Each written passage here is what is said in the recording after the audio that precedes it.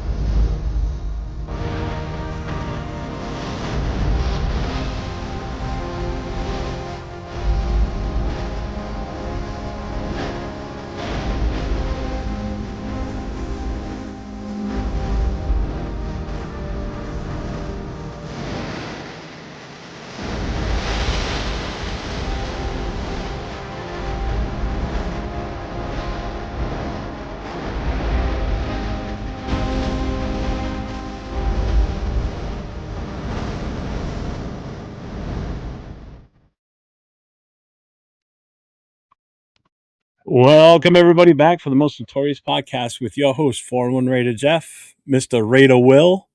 What up, baby? Leo Chidolinus. What's going What's on, up, guys? man? What's up? What's up? Apparently, What's up? somebody forgot to take the Ritterall today, but yeah, You must be meaning the guy between us because I know it ain't right. Fucking Tigger is back today, y'all.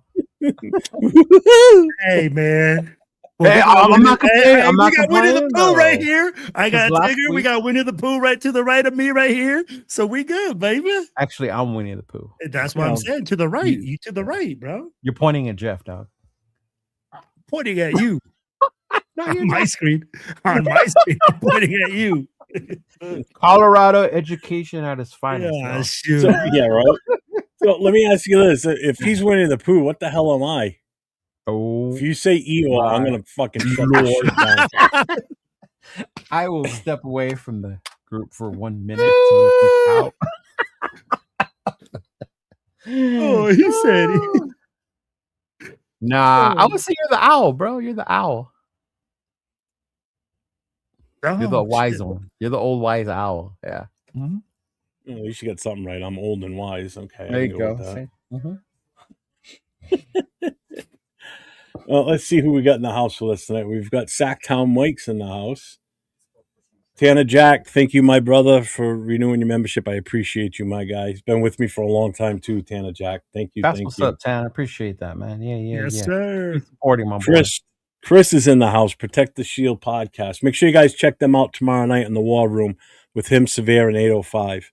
They go on 2 hours before we do on the connection, so you can watch them, then jump over to us. Fuck those fools. Wow. Okay, then. DeMokes is in the house. What's up? Yeah, right. Those are my boys, man. Raider Ryan. Alon, what's up, Alon? Please tell me we traded Deuce Gruden. I wish, Michael. We wish. I saw your shit earlier. Jason, what's up, Jason? Ayo, what's up, my guy? Hey, all right. Oh, Winnie the Pooh and Piglet at the Jeffrey I Epstein. mean, Mokes, you know who was on there, bro? I don't want to know how you know, but yeah. Yeah. All I know is I'm not Piglet. What's up, Mike? Definitely not Piglet, dog. Definitely not Piglet. What's up, Money Truck? What's going on, my guy? That would be Nathan. Hobo Raiders in the house. What's up? What's up? What's up, man? That's all the introductions. Everybody says. Now you got one more, man. How you gonna forget Mike? I said he was in at the beginning. I already said Mike. Oh, okay. What up, Mike? What's going on, brother? He was the first one. Mike was number one on here tonight. Okay. So it's been a minute since I've been on with you guys. Last week. Leo, I haven't been on since a week. Yeah, well, you weren't here last Wednesday on the connection, so at least your picture was, but you weren't. That was funny. And you know what? Shout out to you for using my fucking YouTube picture and not some random shit on my page. Yeah. I almost did. I was actually looking. I was on your Instagram trying to pull up a picture from Instagram. Every time I clicked on it, it was a fucking video. I'm like, God damn it. I just need a still photo. So I just used that cover and I set my phone up and I put my second camera on it. So I'm like, all I know is the super villain eyebrows was fucking killing me as I was listening to it, bro. And that's what people were commenting on it in the chat too. They're like, you better take that off. They're like Leo's eyebrows killing me. I can't keep watching this. You got. I was dying, man. That shit was funny. What's up, Rorschach? Government files released. What's up, Cool Kev? So how you guys been? How you been? Good, man. Good. I hear surviving. I hear surviving in the floods in California. What? Yeah, there's a rainstorm. So. Is it? Yeah. He said there's a rainstorm, so it's the floods of California. Well, someone sent me a picture of like, oh my God, are you be safe? You're driving. It was Hollywood and the freeway was like underwater. I'm like, bro, that shit wasn't like that yesterday.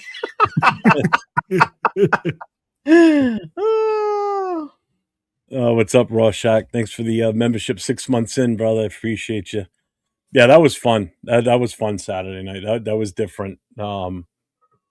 Bro, you came on Valentine's Day? Yeah, it was on Saturday night. Oh my Lord. Yeah. Why did you guys do anything special Valentine's Day? You should have spent that day with Dawn. She's still up. Damn. My man, look at this, bro. I know, brother. I'm joking about the storm. Yeah. Is that what happens, Jeff? After 35 years of romanticism? Maybe. That is hilarious. He's like, oh man. Hey, so did you do anything on Valentine's Day? What'd you do? Actually, Saturday morning, I had to get up early and take my mom to an appointment in TJ. So we did that, had breakfast, and then crossed over. That was a bitch. But then by the time we got home, my mom made like a special family dinner for everybody. So we all stayed here with the kids and my mom and my dad. Like, yeah, we're celebrating our Valentine's Day next Monday. We're going to Disneyland. So yeah. Oh, there you go. Yeah. You still taking that special time to do something?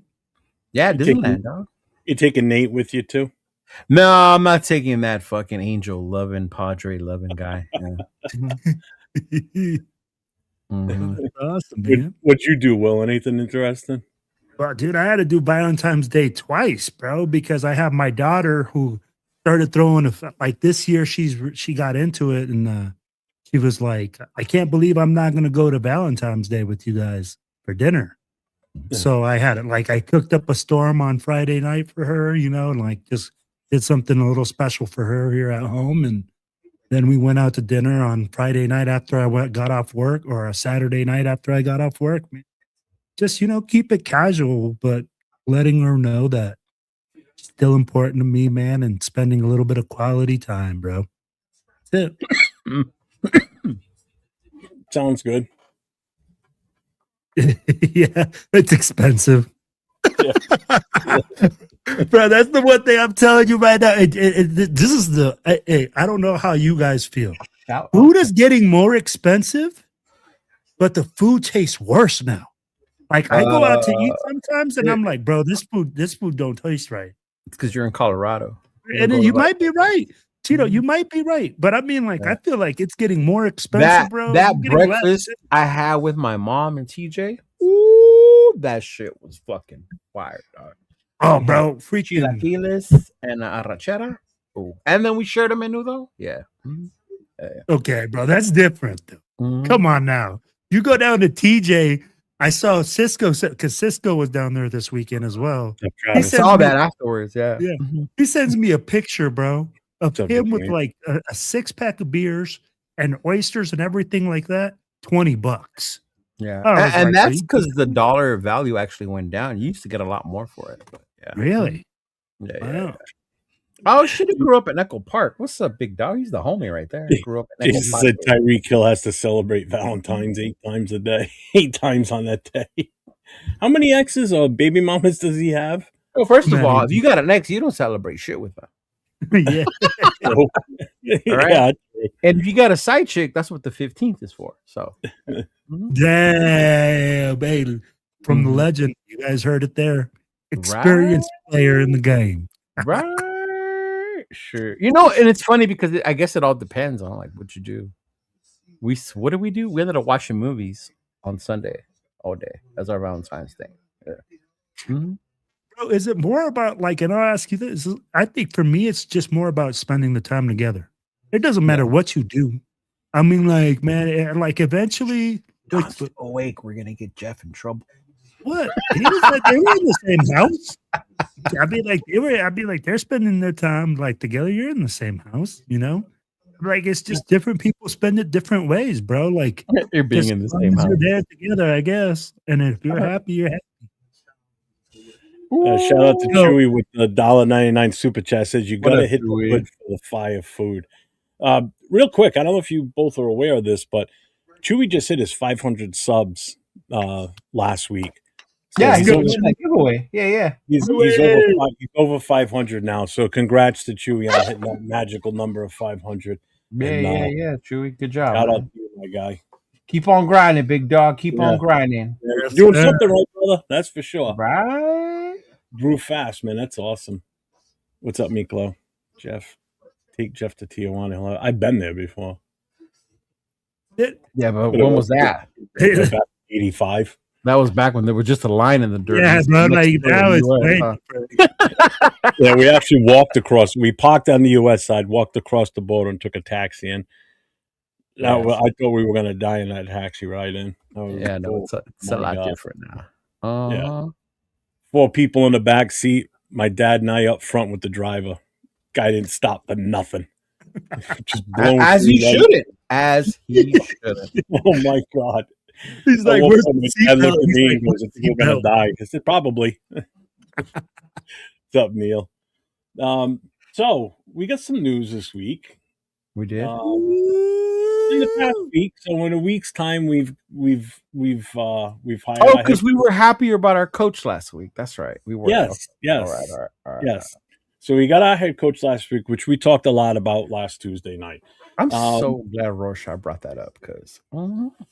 But since then, we've solidified our OCDC and special teams, and there was some done today too, I believe, right? Yeah, I sent you the wide receivers coach. Yeah, right? that's what it was, wide receiver one. And then the expected offensive line coach, right? We have a safeties coach too. Yeah, I'd be like, hey, there's something about Valentine's Day weekend with the Raiders, bro. We got married to a whole bunch of coaches. Immediately got out and like got our DC, OC. I'd be like, I didn't think we were gonna get Chenko. I didn't think he Why was not? I didn't think he was gonna come from Seattle. I thought he was gonna take the opportunity on himself to be the play caller, to be the guy. No, they gave the OC to somebody else. I saw that after that, but I think that's why he left. Yeah. Do you think so they picked the guy, the tight ends coach from San Fran before he made that move? Mm-hmm. Oh, yeah. Okay.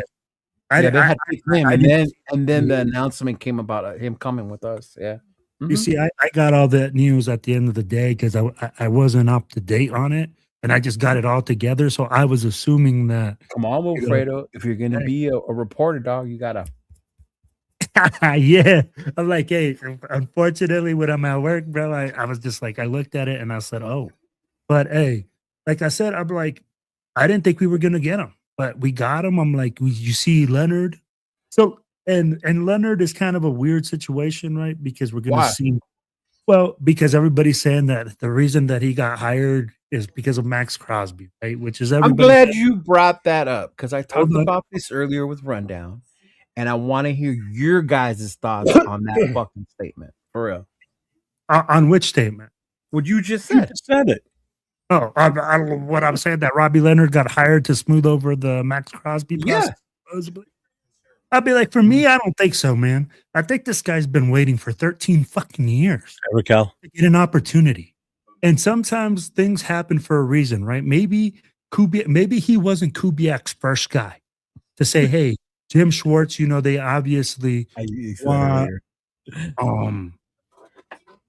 like Jim Schwartz, or they want a guy with super experience. And you know what? Sometimes things don't happen, but to me, you have to give guys an opportunity, and why not? If you have a good coach that's sitting there that has been waiting his turn, and you think that he can make the things happen, and he already knows the players in house. I mean, like he doesn't have to go outside and do homework. No, he knows the players. He's seen them for the last couple of years. He knows what he can do with them. I'll be like, He knows we're shit, basically. That we need new players. You could say that, yeah. I mean, whatever it is, Leonard knows. You know, he knows the defense. Whether he goes like, "Hey, I can work with these guys," or "I can't work with these guys," you know that he already knows that. He doesn't have to do his research. He has a guy there, and they brought in experienced guys at different levels to help him out. Jesus Christ, this special team coach has been coaching for 31 years, Jeff. Yeah, bro. 31 fucking years, bro. Almost as long as I've been married. That's crazy. Almost. Damn. Yeah. It'll be 35 years for me this year. So I think that dude who's coming as our O-line coach, he's been coaching for a while too. Yeah, Innocent, he's been coaching 20 years, bro. Mm-hmm. Yeah. 20-something years. Yeah. But what about you, Jeff? What do you think about the Robbie Leonard hiring? I don't Rob Leonard, now that he's not, you know, he's a coach. Yeah. Now he's Rob Leonard. I don't think that had anything to do with Max. You know, and some people are like, "Oh, I can't believe we went from a D-line coach to to the coordinator." I'm like, how is that? What does do that people matter? like think you just come out of the egg and boom, you're a DC? Yeah, it's like, what does that matter? It's part of the natural transition as you move up the ranks throughout your years. Yeah. I mean, people got upset about that. Like, oh, he doesn't have enough experience. Again, a perfect example is John Madden. The guy was a linebackers coach, promoted the head coach. I mean, it happens. That was a big jump from linebackers. Yeah, oh, hell yeah. You know, and look how successful that turned out. You know, I mean, come on. Yeah. It's not that far out of the realm of possibility. Is it just so happens that all this bullshit's going on with Max and everything? Yeah, maybe. So maybe it does seem like it's a coincidence, but I don't think that's the reason. If Max wants out, he wants out no matter what. So if he doesn't want out, he's going to stay regardless of who the defensive coordinator is going to be. Does it help his decision if Leonard is the DC? Maybe. Who cares? I don't give a shit. Yeah. I really don't. I know you don't give a shit, but I'm just no. I was just wondering what you thought about Leonard as a coach. Period. I don't have a problem with him being the DC. I mean, we got to face it. We're the last team to assemble a staff, so we're not picking from the cream of the crop here. You know, we're kind of getting the scraps, and I think we've attained the top coach that was out there, right? The one that we've been targeting from the start. So that bonus to us, we scored on that one. You know, and now we're taking a little bit of hits on probably some of the other positions because we're so far behind everybody. You know, we waited for that guy that was in the Super Bowl and won it, so we had to wait a little extra time to name the staff. Yeah. Yeah. So I mean, it happens. What are you gonna do? I'm just glad they're not dragging this out. I mean, it's been a week he's been there and he's filling the staff out, and now it's like, all right, seal it up, let's roll now. It's just funny to me because like people were like, when it came out that Spytek and then we're gonna make the decision, allow the coach to pick his staff, and then Leonard was named defensive coordinator. And then all of a sudden, everyone assumed there's no way Kubiak picked him. Joseph. You know what I mean? Like, oh, this Kubiak didn't make that decision. No way. This was made for him. And I was like, what the fuck do you mean? Like, Kubiak just came as offensive coordinator from Seattle. Who's the head coach in Seattle? McDonald. Mike McDonald, right? Yeah. Who was in Baltimore, right? All right. Who was over there in Baltimore? Who was coaching over in Baltimore for a bit too? Over there with Mike McDonald? Harbaugh. Was that Rob Leonard as well? And Harbaugh? Yeah, Leonard came from that tree. Yeah. Okay, so there's some familiarity to it. You don't think he probably asked, hey, Mike, how do you think fucking Robert Leonard would do? You know, what do you think about him? Some influence, some shit like that, you know? The fact that when you look at the crap we've had to deal with from D linemen, you know, from Chandler Jones getting injured and us just having to plug and play people when Kuntz went down. Like, only having Max, basically, Wilkins going down, like, he's done good with the shit you've given him to work with, in my opinion. Obviously, we could have been better, but, I mean, given what he's developed fucking... Who the fuck knew who Snowden was, right? Look at Jonah, the development of Jonah. Like, to not give him credit for shit like that, to me, is crazy, man. I'm glad Rob Leonard got it. I am too, in a way. And I'll tell you what, I don't even give him like a knock for the whole Tyree thing, because Tyree was just a bad pick to begin with. It happens, yeah. You know, he's getting a slide on that one because that was just a bad move on the Raiders' part. Yeah. You know, they didn't give him the best opportunity or the best available at that point because that just definitely would. Could you imagine if we would have had Carter? What that would have been? Oh my God, dude! Oof, Jesus Christ! See, and then that's the crazy part because if you draft Carter, you never have to sign Wilkins. Exactly. So you save a ton of money there too. You use that money for something else, whether it could have been an O-line man or we could have went after a big receiver or whatever, right? But shit like that, when you hit on draft picks like that, yep, it saves you from having to go find that shit somewhere else. Yeah. Yep. Mm-hmm. Yeah. No, Sir Robert Leonard. Hey, did you watch Turf last night? Pigs was on with him last night on the show. It was actually. I heard he had a Rams jersey. Yeah, the Marshall Faulk jersey on, but he had a Notre Dame winter hat on his head. Oh, okay. Yeah. No, I didn't watch it. I just heard. I was driving last night. It was good. It was pretty good. I was watching a good chunk of it. What's up, Alex? And then, of course, after I got done driving, I had to watch Monday Night Raw because, you know. Back, yes, sir. Moval says, if we had to trade one to get more draft picks, which one would you trade first? Would you trade first round pick or max? If we had to trade one, what am I getting? Yeah, it's whatever you get. Honestly, I think you get the bigger haul for the number one pick. Yeah, I think so too. Whatever I get the most for. Yeah, it would definitely be the number one pick you would get more for. Yeah. Because don't forget, there might be teams that want to move up and not for the quarterback. Especially with Chambliss getting another year. Yeah, one less quarterback in this draft. Yeah. Well, somebody may want to move up and even take the shot at Reese or You're not going to move up to number one and not take Mendoza. Yeah, but not if they don't need a quarterback. Do you think if like let's say if you don't need a quarterback, then why are you trading with the Raiders? I don't know. I'm just saying that this. Hey, have you seen some crazy shit done? No, but I'm saying like it doesn't make sense to move up to one and then take anybody but Mendoza. At that point, you're like, well, what the fuck did you do that for? No, Cheeto, you just hit the nail on the head. You don't trade with the Raiders to the number one pick unless you're drafting a quarterback. Yeah. Because that's the position of need that we have, and everybody's talking about it.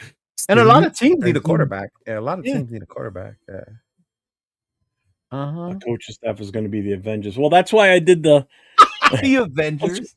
That's why I did the thumbnail the way I did. I saw that. I was like, this dude. I want to do like a superhero themed of all the coaches, and then Max in the corner all pissed off like he's the evil villain. But why? See, you're the one that adds to that shit, bro, with your propaganda.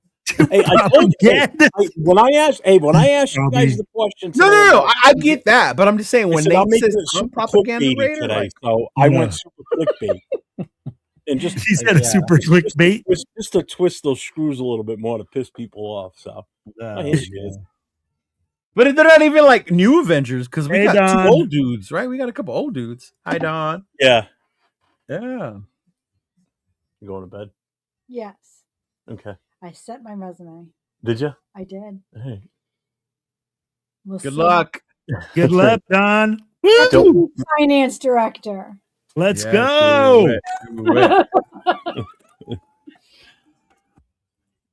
Let's see. I can't say that too loudly because I know. Right, bye. Love you. Bye, guys. Bye. You guys going to the draft? We'll see. Yeah. Leo will probably back out. I'm too poor. I'm too poor. We'll put you up in our hotel.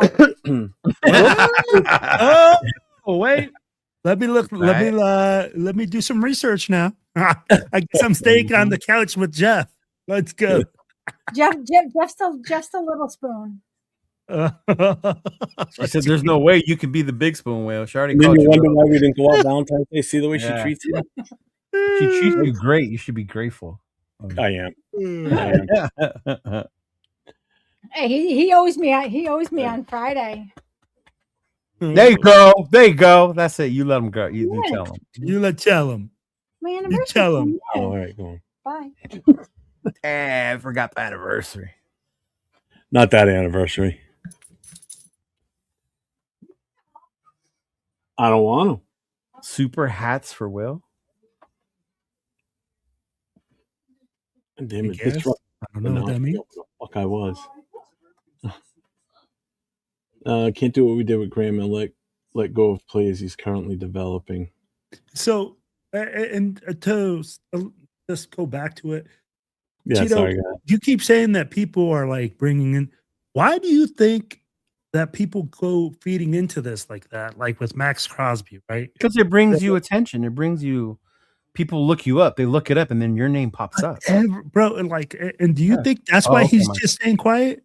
Because he's just like, bro, like I'm so tired of fed up of fighting. I told this to run down earlier, and this is the easiest way I can explain it to you.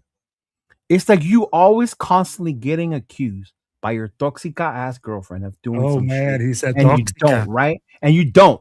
But no matter what you say or do, she's always gonna assume you do. What do you start doing? You stop talking. What's up, Moval? Right? You just stop saying shit because no matter what I say, you're not gonna believe me. Yes or no? Hey, bro, when you said La Toxica, that's all you needed to say, bro. So all I'm saying is social media and all these other entities or whatever the fuck, that's what they're being. No matter what he says, it's taken and twisted to however you want it to be. And it was proven with Diana and with Jay. And then the video I showed you guys earlier, all of a sudden he's backing up. Well, I don't know now. Like, come on, man. That's not what you said last week in your tweet, bro. And I agree with you. And that's where, like, I think we talked about it last week, where, like, bro, he's just fed up with it. Like, he's just like, hey, man, I keep coming out, and no matter what I say, right, people are going to say, no, man, no, he wants to get traded. And you know what? Have you ever complained at work, Cheeto? All the time. Yeah. Have you ever complained at work? That's why I got to let go. I told the wrong person. I'd be like, bro, I told Jay Glazer and he leaked that shit. But you know what, bro? You can go and you can complain about your job, but you still go to work. You're like, hey, man, there's things that are going to bother you. And that's normal in any job, bro. There's no job that you go in there and you're like, oh, man, this is fucking badass. Not only that, but people are making it seem like he's out there telling people, trade me away. They're complaining that he's saying, don't trade me. But he never said, trade me. Right? Exactly. But he still took how many days to come out and say that story was. And that see what I'm talking about? Him over here. That's Toxic over there. Well, he never told you. He should have told from the go, Leo. He should have told from the beginning, Leo. Why you wait so long, Leo? See what I mean? See what I mean? But and here's the thing: Sorry, if somebody's out there talking shit about me, I'm setting the record straight ASAP. No, but there's only so many times you can do that. Jeff, there's only so many times you can do that before you get but when a guy like that's supposed to be your buddy comes out and says what he says. Even then, so that buddy, do you say shit around him again? No, if you two were to ever leak something that I said inside that group chat, best believe the only thing you will ever hear from me again is a K and I'm coming. That's it. Right? Because I'm in that circle. Yeah. But once that shit gets broken, last time I say something around you like that, right? True. Yeah? True. If I get a bad email from our club tomorrow, and because I said something, I'll know where it came from. You know? Because I tell you fuckers. Yeah. Mm-hmm. No, don't leak the Cheeto file.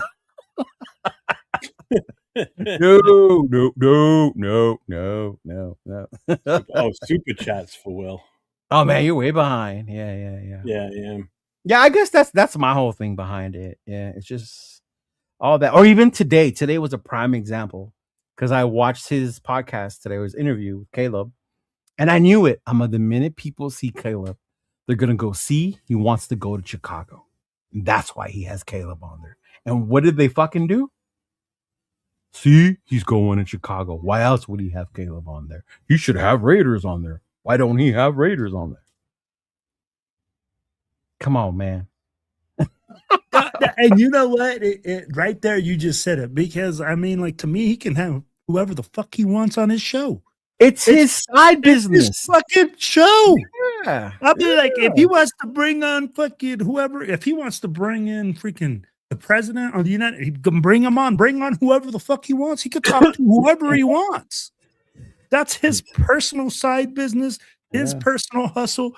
And again, this is where I get frustrated because, hey, Jeff, to this, and I'm going to tell you, like to Cheeto's point, bro, you get tired. It's been 3 fucking years. 3 fucking years of every offseason hearing this shit that you're gonna every trade when the trade deadline's about to approach. Right? Yeah. And now what is he saying? Hey, Cheeto sent us that message. The guy goes like, oh, well, he's injured. So I don't even know if he could get even traded till past this time. He can't even make it till. And I'm like, then why the fuck are you bringing it up? Exactly. I mean, like, literally, we are talking about shit that can't even happen. Max Crosby has an injury. You can't even trade the guy. And we're sitting here talking about a possibility of Max Crosby being traded because he requested to be traded. Hey, supposedly, allegedly. And I'll tell you what, was he angry? Fuck yeah. I bet you he was super pissed off when they shut him down. Any fucking athlete, bro, that has any fucking salt in their fucking balls, bro, fucking goes out there. They put out everything on the line. They want to play every fucking game, every fucking play. Yeah. But you have to hold them back from themselves sometimes and be like, hey, did they do it the right way? Maybe not. But I doubt that he's going over there and just being like, hey, man, you know what? I hate that you made it so I can start at the beginning of the season. Because if he doesn't get this fucking surgery done, he can't even play at the beginning of the season next year. And it was that report I sent you, it was worse than they thought or not as bad as they thought afterwards? It was worse. It was worse than they because thought. They had to do the meniscus, and they're like, oh, they went from now, mind you, a couple week injury. As an organization, hearing that, at that point, I can agree with what Jess says. How many more times is he going to start to get injured now? Mm-hmm. Right? So at that point, you do keep your ear open. Like, hey, what are people offering, And if it's, I said it earlier with Rundown, if it's worth it, a Micah type package, if it makes sense, then you do it, right? Regardless. Yeah, you got to remember too, the percentage of plays that he is out there for, his chances of getting injured are way greater than anybody else on that defensive roster. Because on average, let's say it's still in the high 80s to low 90s, which is what it's been for most of his career. He's been in that 90 to 100 range, a percentage of being out there for defensive plays.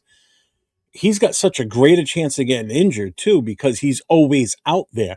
Whereas everybody else on that roster on the defensive side is rotation. You know what I mean? Because you don't want to take your best defensive end off the field if you don't have to. And we haven't had a viable guy to switch off of him on a consistent basis. I know he was swapped out a little bit more this year than he has been in the past, but when he was out there, he was still out there for more plays than anybody else. The other thing I hope helps that is you look at the shit they had him do last year. Last year, they had him out in coverage. Yeah. What the fuck are you doing? Right? Yeah. Like, what the fuck are you doing? Like, there's no need for him to be out there like that. Yeah. In coverage. Yeah. So hopefully they'll fix shit like that. But hey. Yep. Yeah. Mm-hmm. So Ani asked the question, on our current roster, who is our best pass rusher after Max on our team? I say pass rusher. Who? He said pass rusher. I'm thinking pass rusher, right? Like I have to have a guy that comes. Well, there's only 2 others. Tyree's not it. We don't have one. We don't have one. Tyree. Because Max Crosby is not a pass rusher. Yeah. Max Crosby isn't a pass rusher. He's actually like a different type of defensive end. He's not a high sack like number type of guy. No, so he's not like Michael. Yeah, he's not one of those guys. So we don't have one. Like, all right, well, that's your back question then. Thanks, Will. It's true though. Yeah, I'm keeping it a spade. And you know what? Max Crosby again is also really good at run stop. What's going on, Val? What's up, Raider? True. He's also very good, but then there are times where he does over pursue. Absolutely. And that's something he needs to get better at. And he knows that. Yeah. 100%. Don't disagree with you. What up, Val? See, even what Brandon's saying, he may have sabotaged his own. Who said he's the one asking for this? See how you keep feeding you don't know that shit. I don't see that message. Where's who? What did he say? Yeah. Max is healthy. Mm-hmm.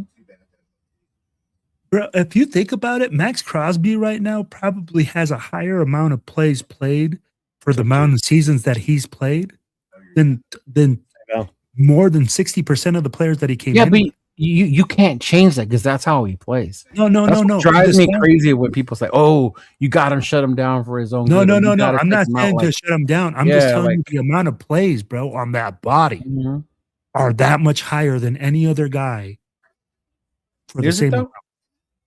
Or are you just saying that? Bro, you don't see another guy playing that amount of snaps defensively. No? Have we looked it up statistically?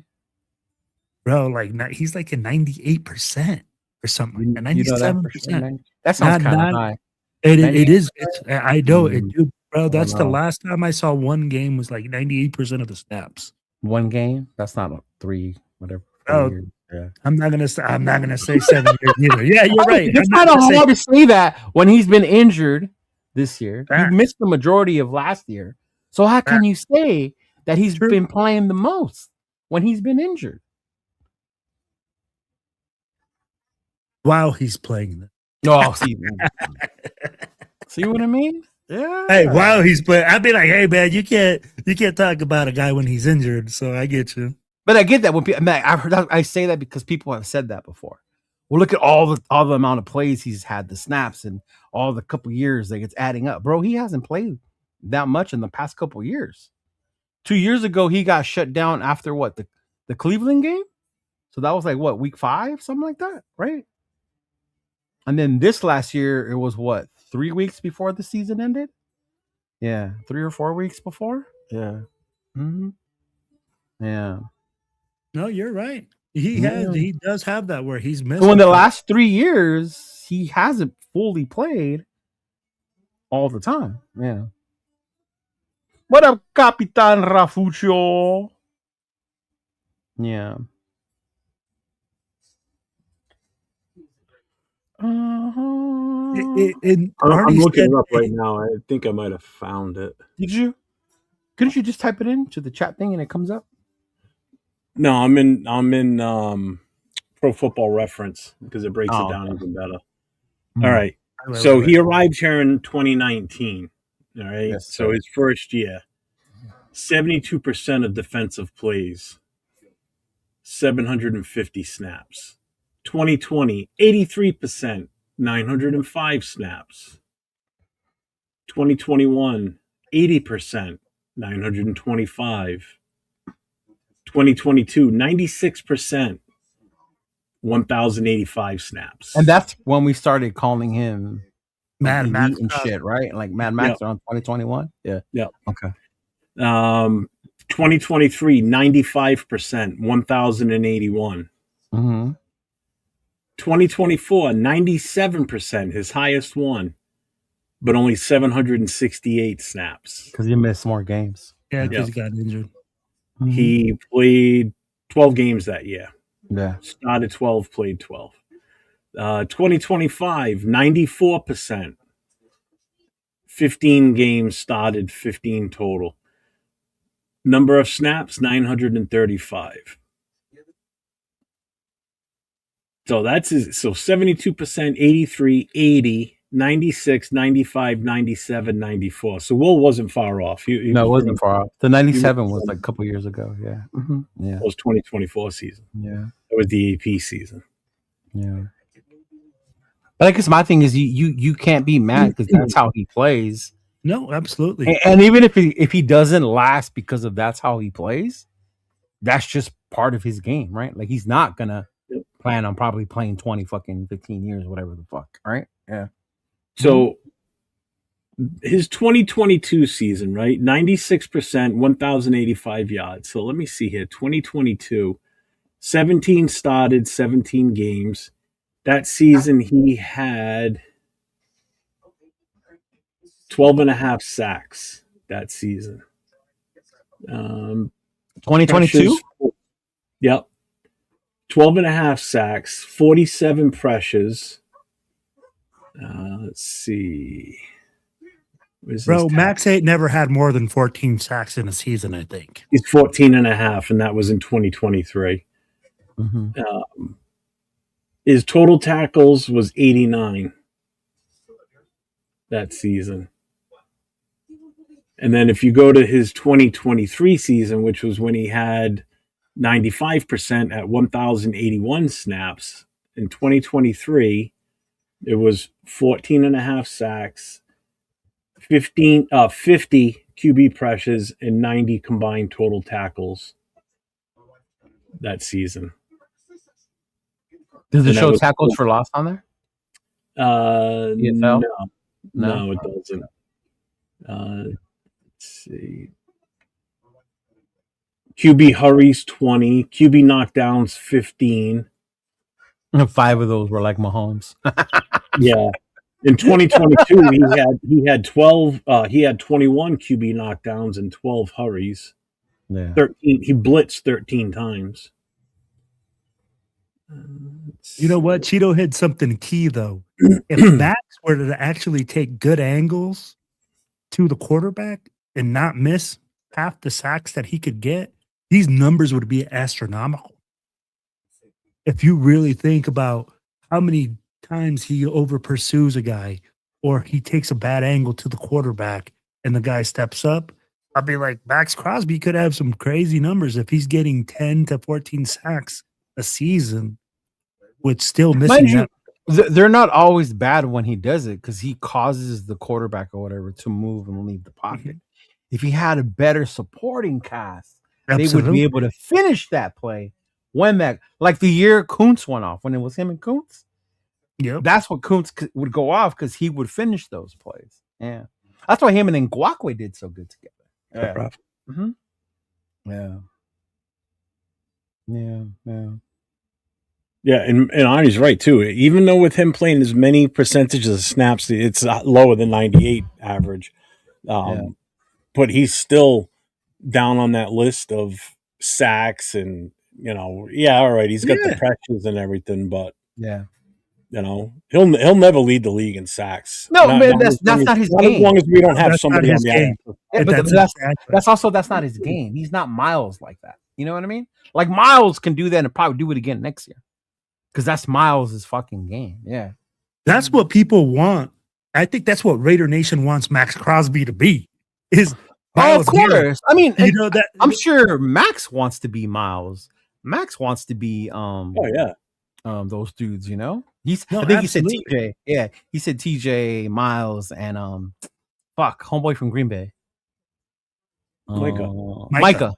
Yeah. Mm-hmm. Yeah, it's weird saying from Green Bay now, right? Yeah, that's why it took me a minute because I was about to say Dallas. I was like, duh, because I almost said no, you mean Dallas. Yeah, and Jason's right here too with what he's saying. I mean, the way you cut his snaps is more 3 and outs. The defense stepping up, but I mean, again, we're void of talent to be able to do that. No, not only that, when they do get 3 and outs, the offense go 3 and out. Goes 3 and out. That's the fucking problem, bro. Hey, we can talk about 3 and outs all day long, but if the offense can't get a first down. Yeah, I remember that Houston game. We had a couple of them motherfucking 3 and outs. Yeah, wow, right? What's up, Bruce Willis? What's going on, man? Oh shit, Die Hard in the mother freaking house, yo. Bruce Willis. Shout out to John McClane. Yes, sir. Yeah, and there is a lot of edge rushers in this draft. There is, and I understand that, but you got to remember, just because they're edge rushers in this draft does not mean no. I know, but I mean, it doesn't hurt to grab a few though. I mean, Tyree was the edge rusher in the draft. Yeah. Who was that dude that made that hit that became Davian Clowney, right? Yeah. He never lived up to the number 1 pick that he was. Yeah. Mm-hmm. Nope. Will Anderson? Absolutely. Well, and the funny thing is with Clowney, because he was drafted by the Texans. Yeah. He was there with JJ and Mario Williams. And Mario Williams. JJ Watt on one side, Clowney on the other. Watt's getting double teamed. Yeah. How did Clowney not be as as good as what everybody thought he was. It was one of those drafted off dudes one where play. He got drafted off one people play. fell in love with that play, right? And that's what I told people to chill out when they saw Mendoza make that run. I'm a don't fall in love. Oh my god, are you kidding me? The reaction from the people in the chat that night, because I was. I could imagine, bro. I can imagine. Oh, look at that run! He's definitely our guy. It's like, dude, it's one play. Give me a break. Right. Like Tim Tebow didn't do fucking a bunch of those in his career, right? That was Tim Tebow's college career, y'all. That's all he fucking did. 100%. I will say this: Tim Tebow was a tough son of a bitch, man. He took. He's a tough motherfucker. Tough motherfucker. He's 245 pounds. He's built like a freaking linebacker. The sad part for Tebow was he didn't have the arm talent to play quarterback. He never had the arm talent to play quarterback in the NFL. Yeah. Mm-hmm. Those Ducks were horrible, bro. Yeah. I mean, like I saw those Ducks in Denver. Like they were bad. Yeah. He's a guilty. Oh yeah. Rest in peace, Robert Duvall. Actually, Reverend Jesse Jackson passed away today too. I saw that. Mm-hmm. One more to go. They'll have one more. Remember, they always come in threes.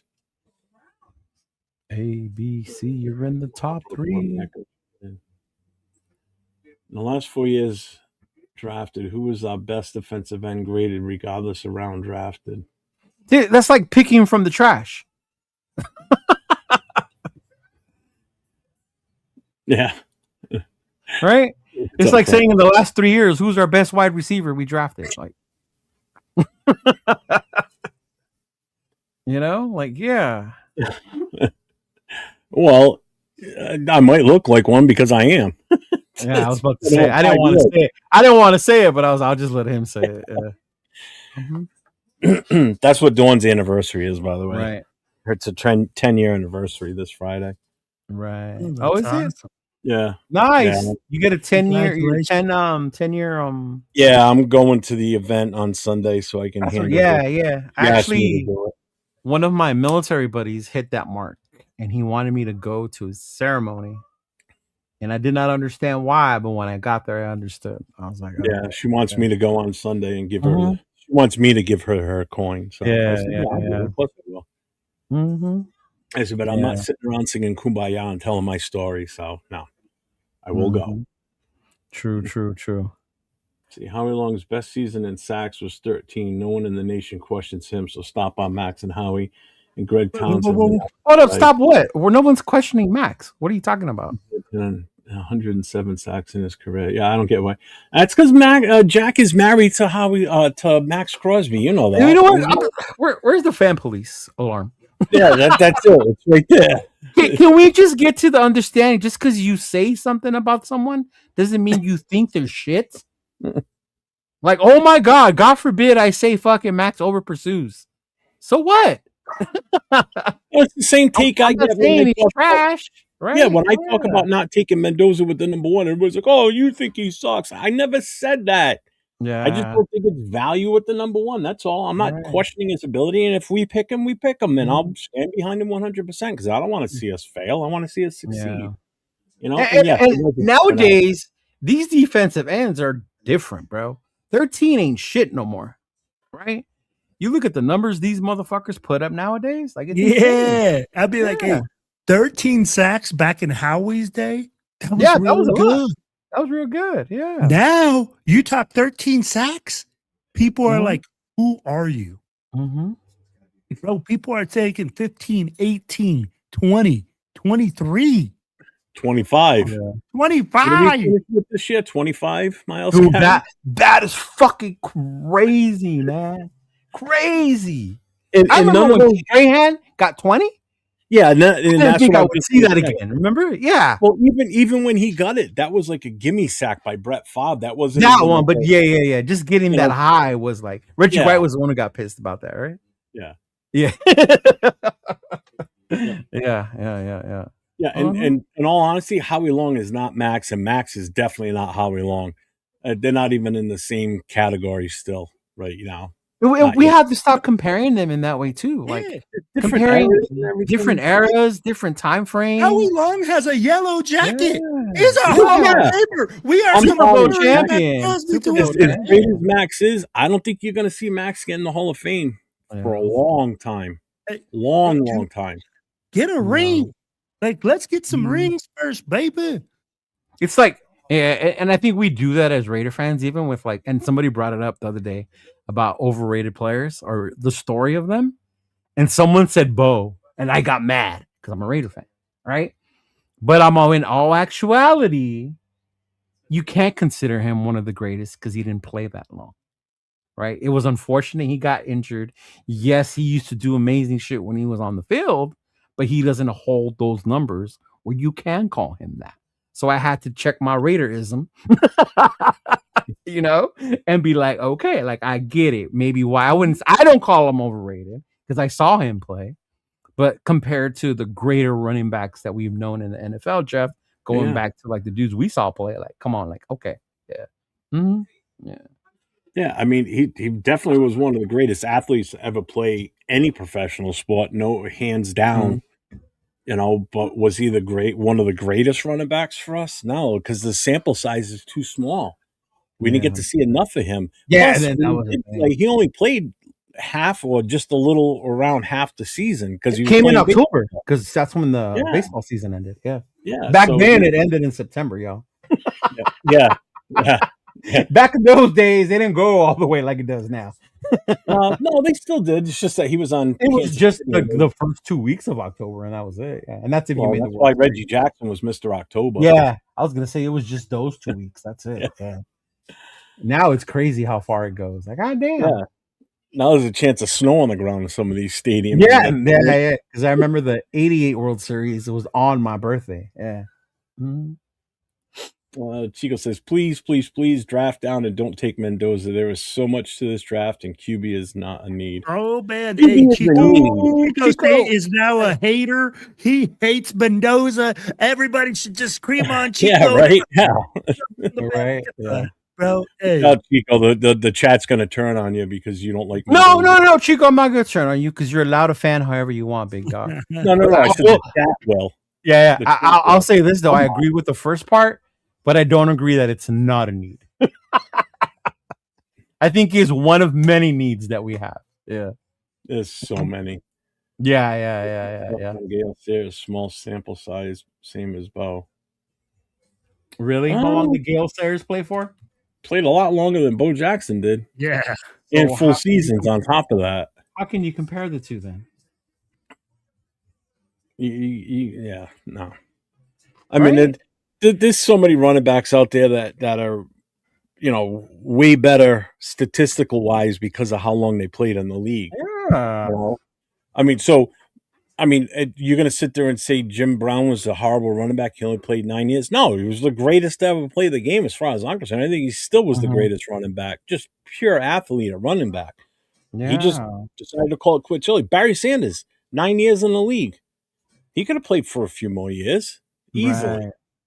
He didn't want to. Yeah. No, he walked away at the pinnacle of his career. Yeah. He would have broke the record the following year. He was only like 1,400 yards. He didn't want it. Yeah. He didn't want it. Yeah. Well, it was that and the fact that he was just tired of being the main attraction for the circus that was called Detroit Lions. Yeah. That had a lot to do with it. They had no desire to win anything as long as they kept paying him and he kept going out there and putting asses in the seats because that's what that was about. See, that's crazy, though, because you can't even compare Bo to Gale Sayers, because even rookie year alone, like, Gale Sayers had, like, over 2,000 all-purpose yards as a rookie. Like, that's insane. Back then, as a rookie, you know? And he played, what, I think 6 years?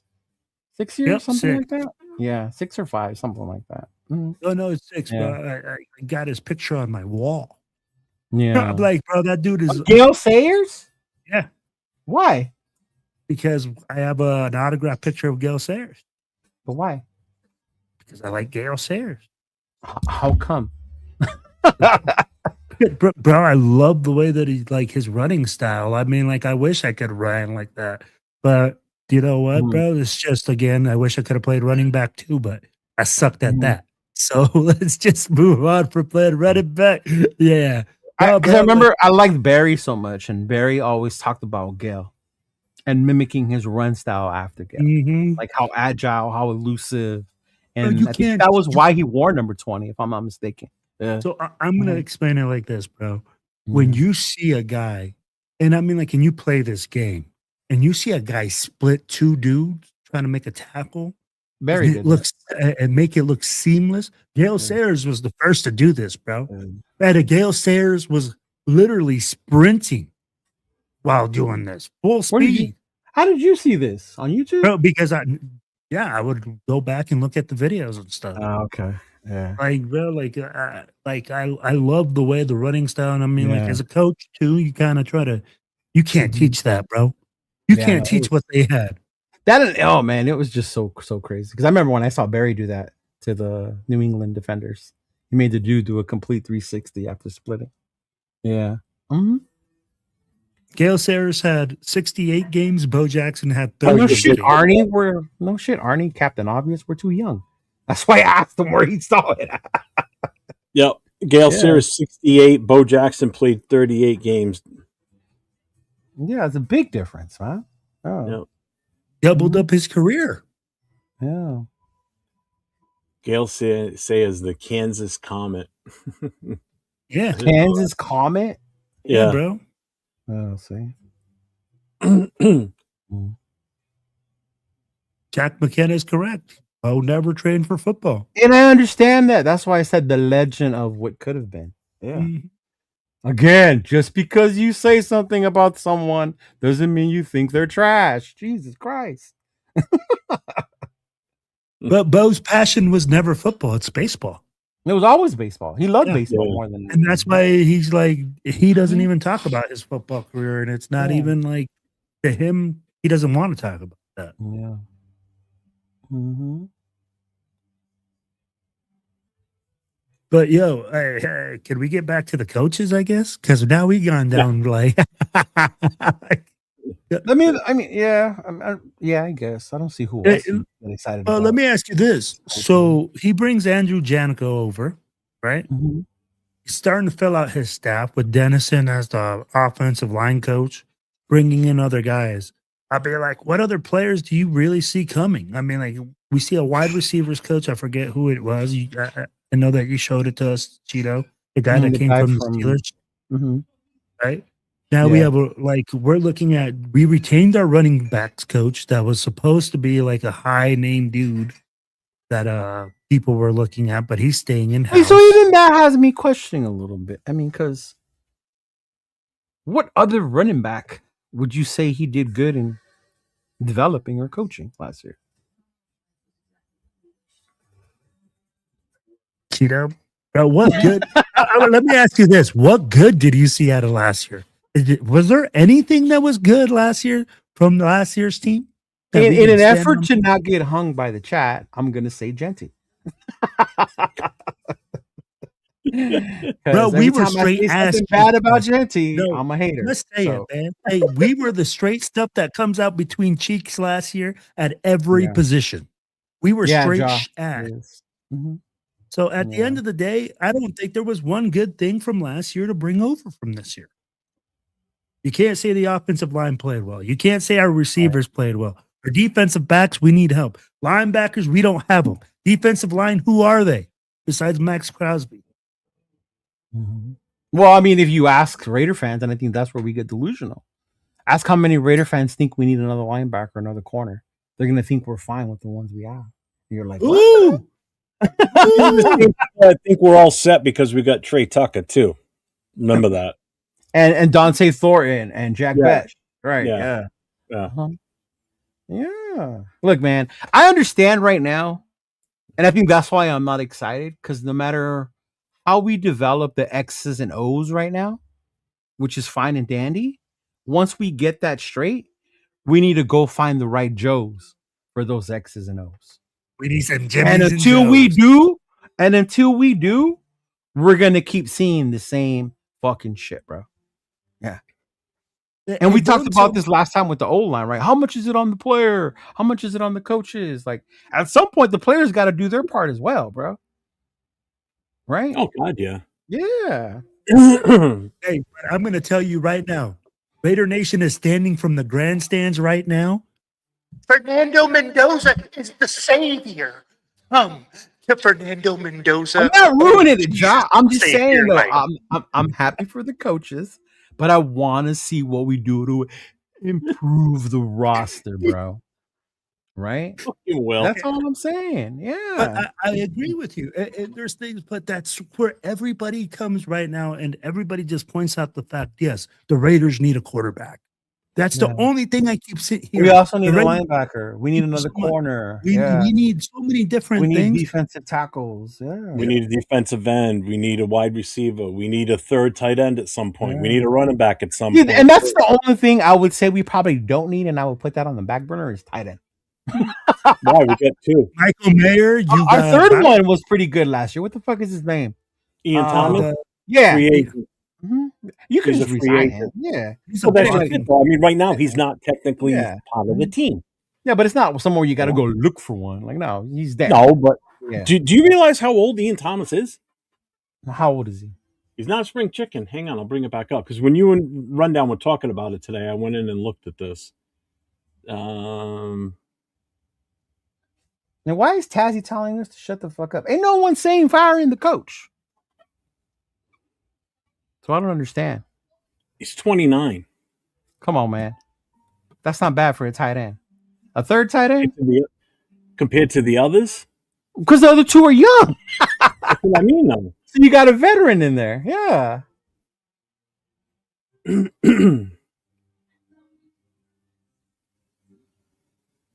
And then you look at his history, right? So 2023 on the IR, 2024 on the IR, 2024 on the IR again. Yeah. 2025 with Carolina. Then he was an unrestricted free agent. We picked him up. He got he was an unrestricted free agent for Carolina on 3/25. So March last year, we picked him up. So he's spent 3 different stints on the IR. Yeah. So he's also been injury prone through his past too. So he doesn't have like a huge statistical career either. Yeah, but it's the third tight end. You're not worried about that from your third tight end. Yeah, but if again Brock went down with injuries last year, what if Michael Mayer was in and out last year? But again, Michael Mayer was out in and out last year too. So you're going to look at the possibility that one of those two may have the same possibility of having issues. Bro, if we play the what-if game, everyone can get I understand that, but you need a viable third guy that you can put in there. That's not a primary thing you should be fucking It's not, but it's one that you got to plan for. It's one you have to plan for is what I'm getting at. With everything on the fucking list, that's the one thing you want to focus on. Time out. I'm just saying that's just another position on the list that we have to try and make sure we fill up too. Yeah, but it ain't one you really have to be like, oh my God, what do we do with tight end 3? You know? Let me ask you this. Out of every single position that the Raiders need right now, tight end number 3 is probably number 48 on the list. But again, it's still a roster spot we need to address, though. They have to, whether we address it in free agency. We can do that in free agency. We can do that in free agency. We can do that through different methods. I understand that, but I'm just saying it's another position that we have to make sure that we have it covered. I'm just trying to show you how bad we are on this roster and how many positions we need. It goes further than just needing a quarterback. We're going to need a fullback. I said that, but I said out of all the positions, the tight end is not one we should be worrying about. No, it's not. But again, we still need to address it. Hey, I'm going to tell you guys something. He's done. We need a fullback. We need a fullback. What if my uncle was my aunt? She's probably from the Bay Area then. Well, that would explain a lot what's wrong with you then, Jack. Get out of that pool, man, because that gene pool's corroded. Waller probably available. That's true. Oh, no. Let's not go with Waller. Since we're bringing back Derek Carr, let's bring back Waller too. Building the trenches, there's where it starts. Yep. Yeah. You have to start it inside out. Indiana, we might have some Joes in the building. What Joes? Who? Juan, tell me the Joes, por favor. Yeah, please. Brock, Ashton, Max, Colton, Agent Colton, right? So I don't piss anybody off. JPJ, right? Who else? Still to be proven, JPJ. Who else are the Joes? Did you say Max? Mm-hmm.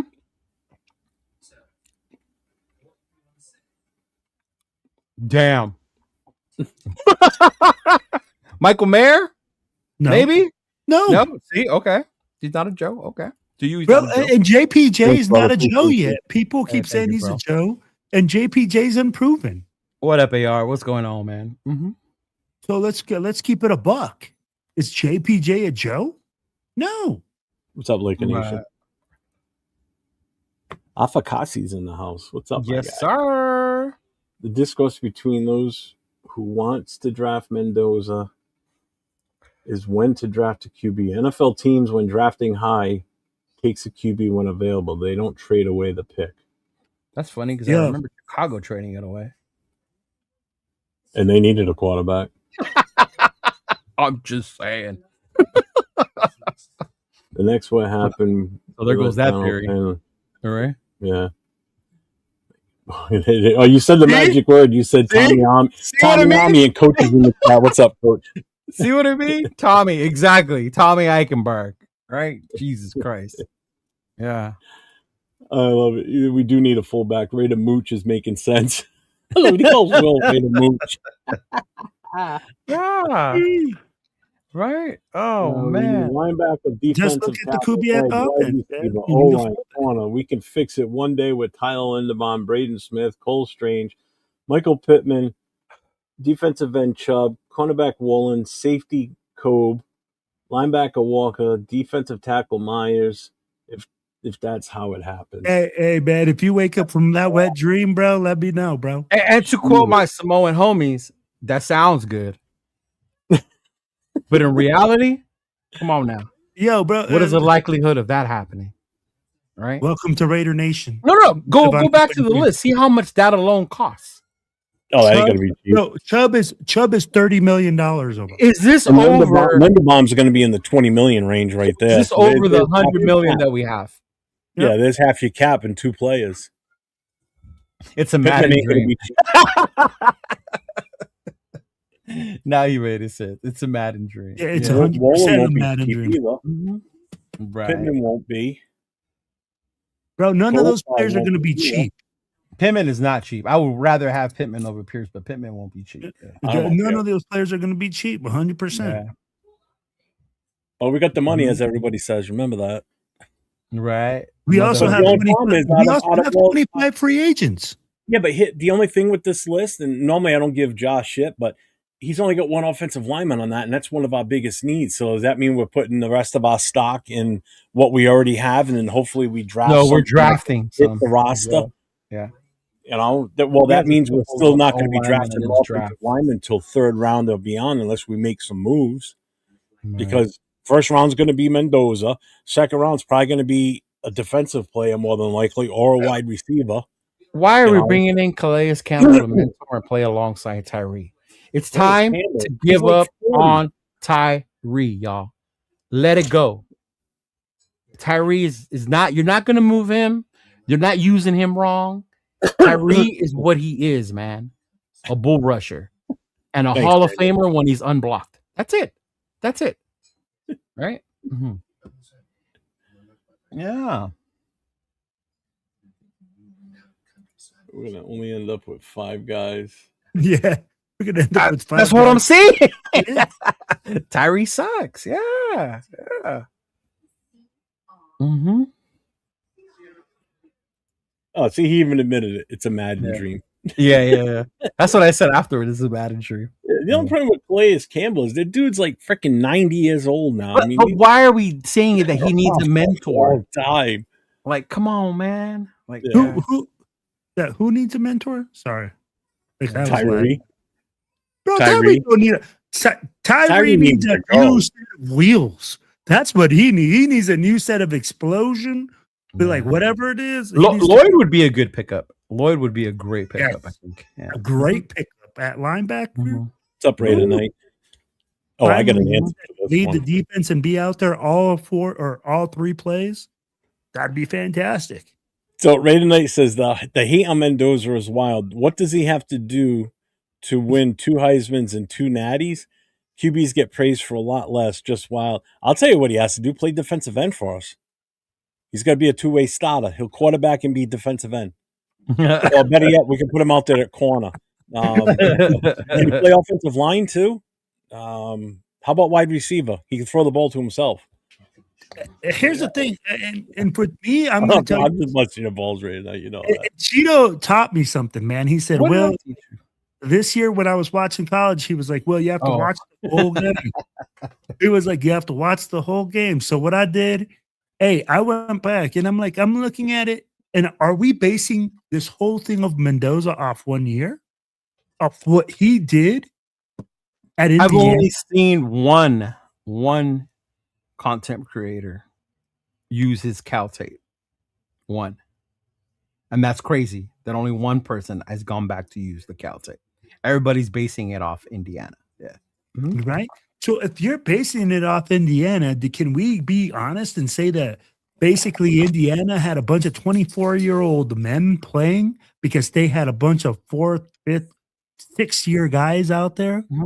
I'll be like, they had a ton of grown-ass men playing out there. They were superior in a lot of aspects. And now we're trying to say like Mendoza is going to come to the Raiders, who are depleted at a whole bunch of spots, and come and be just as good and be just as efficient with this team. Right. No, it's not going to be like that. And that's the hard part, right? We're not saying that Mendoza's not a great player, that he's not a good player, but Mendoza needs help. Mendoza needs an offensive line. Mendoza needs things to happen. And that's why he went from Cal to Indiana, and he had great success in Indiana because he had a great coach, a great offensive line, a fucking run game, and the RPO system was simple enough for him to execute.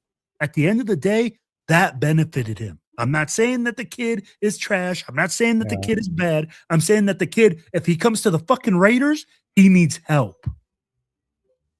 Sorry, guys. I'm just tired of seeing this shit where if we don't agree with us saying that Mendoza, Coach, I like that. I like what Coach said. I honestly like what Coach said. This one? Yeah. That I can agree with you when it comes to that kid. Yeah. I'll say this about take him. Yeah. Mm-hmm.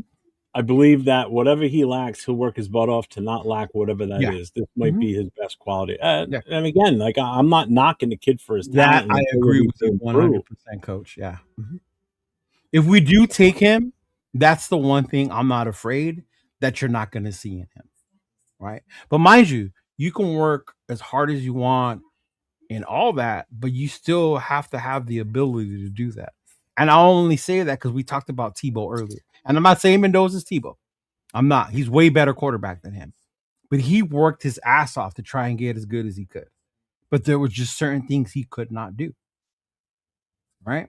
And now Mendoza, he's going to go out there. I guarantee whatever they're teaching him, how they're going to do it, he's going to give it his. He's not going to bust a Jamarcus, y'all. Is my thing. Yeah, he ain't gonna be not watching. He's not gonna be the guy not watching film. He's not gonna be the guy not studying plays, not talking to coach stuff. Like he's definitely gonna be that guy. Yeah. Mm-hmm. All right, real quick, Tazzy, are you referring to the comment you made prior? Because I want to go back to that real quick. Yeah, and a lot of Raiders. Were you talking about this one here? You all say Mendoza, but leave out our sorry ass O line. We need O line to have him produce. Just look how Burrow in Cincinnati. Because if you're referring this to your other comments, I've been saying this all along that I don't want Mendoza to pick. Yeah, all three of us up here. So I don't know if you're new to this show or not. That's why we're known as the Mendoza haters, because we want O-line. Yeah, well, that's what people call me and Leo and Nate. We all hate Mendoza, but we don't hate it. We just think that there's other needs for this team, particularly an offensive line, and we got to get that solidified before we even think about bringing in a kid that's going to be the future of this team. Because what good is the future of the team being the quarterback that we're going to bring in, and if we don't protect him, we're going to destroy this kid. It's going to get destroyed out. 100%. This year. Yeah. How many number one draft picks have been drafted, guys, as high-rated quarterbacks, gone to shit teams, and because the offensive line can't protect them because they don't have protection, they fucking just disappear. Right. bro. It's a constant thing. Teams draft the quarterback thinking that the quarterback is going to make all. Hold on. Can I answer this real quick? Go ahead. I get so tired of this. They only have 4 or 5-star recruits. Just because you were a 4 or 5-star recruit going from high school to college does not mean you're a fucking superstar. And Jack Kennedy, you should know this because we had a quarterback by the name of Ron Paulus, who was a 5-star quarterback. I remember that. Perform like a 5-star quarterback in Notre Dame? I remember that name from Notre Dame. Absolutely not. So just because you were coming a Joe Montana coming out. Yes. I remember that. So just because you're a 4 or 5-star does not mean you're guaranteed to be a successful college player. You still have to work hard at it. You still have to learn the skill, the craft, fit in the right fucking system. So that's how I will answer you that question, right? Why a team with less 5 or 4-star players? Because of NIL, they brought in stars. They built up this O-line. They have this amazing fucking run game, right? So don't sit there and say, oh, only the teams with 4 or 5 stars win championships. NIL has changed that shit, y'all. You got 7, 8-year seniors playing in college football. Yeah, you're grown men. These aren't just high school kids moving up. Come at me with that 4 or 5-star bullshit, y'all, because that shit gets old. And it's the funny thing you say, Paulus, and I was never one to follow Notre Dame. Like, I mean, I would in a way, but that just goes to show you how much hype was on that kid. Dude, there was so much hype. I knew about him because of the hype that was on him. And how long did he last in the NFL, Leo? Did he? Oh my God, he got drafted by who? Was it Minnesota? How long did he last in the NFL though? Fuck, I don't even think dude, I don't even know how long he lasted. I couldn't even tell you. I was so disappointed in his college career, like I was disgusted by the time he left. Yeah. I mean, he, like I said, he was supposed to be the next greatest quarterback to come out of Notre Dame, and he was like, his bar was up here, Yeah, I mean, you gotta understand, 4 or 5-star recruits means in high school you were that good, and now you're going to college. So, and I'm gonna say, and I'm gonna say something right now, Cheeto. Just because you're a 4 or 5-star recruit in high school, don't mean fucking shit. It means that you got enough exposure that teams are looking at you and you're a quality player. Because there's a bunch of players that are 0 stars that are in the fucking NFL. There's a bunch of players that were 2-star, 1-star. Everything like that are playing at a really high level at these universities. So don't hit me with this 5-star recruit crap, because that's when they were in high school. When you're in high school, you're a totally different athlete than when you're playing 1, 2, 3. It's like saying that only NFL teams with 1st, 2nd rounders are the good ones because they're the ones who make the Super Bowl. Like, no, man. Like, come on. Yeah. No, Joe Alt wasn't a 4-star recruit. Look at that. We need the Tooth Fairy too. I've been watching. I thought he was though. I don't got it. Yeah. Mendoza have been like, I mean, Bill Musgrave recruited him to Cal, 2-star QB. If he didn't recruit him, no one will speak about him at all. Facts. And Bill Musgrave is a bad mofo. Right. He actually he coached here at this high school here where I live in this town, man. He said, like, who the hell is Kirk Cousins? It's the quarterback I do not want to come here. Jesus Christ, I don't want Kirk Cousins to come here. Oh my God, I would be so mad if we signed Kirk Cousins. Especially if we cut Geno, because now we're going to be taking a hit for his cap, and now we're going to spend money to bring in another quarterback. Tell me how that makes sense. Oh man, yeah, that would be insane. Tell me how that makes sense.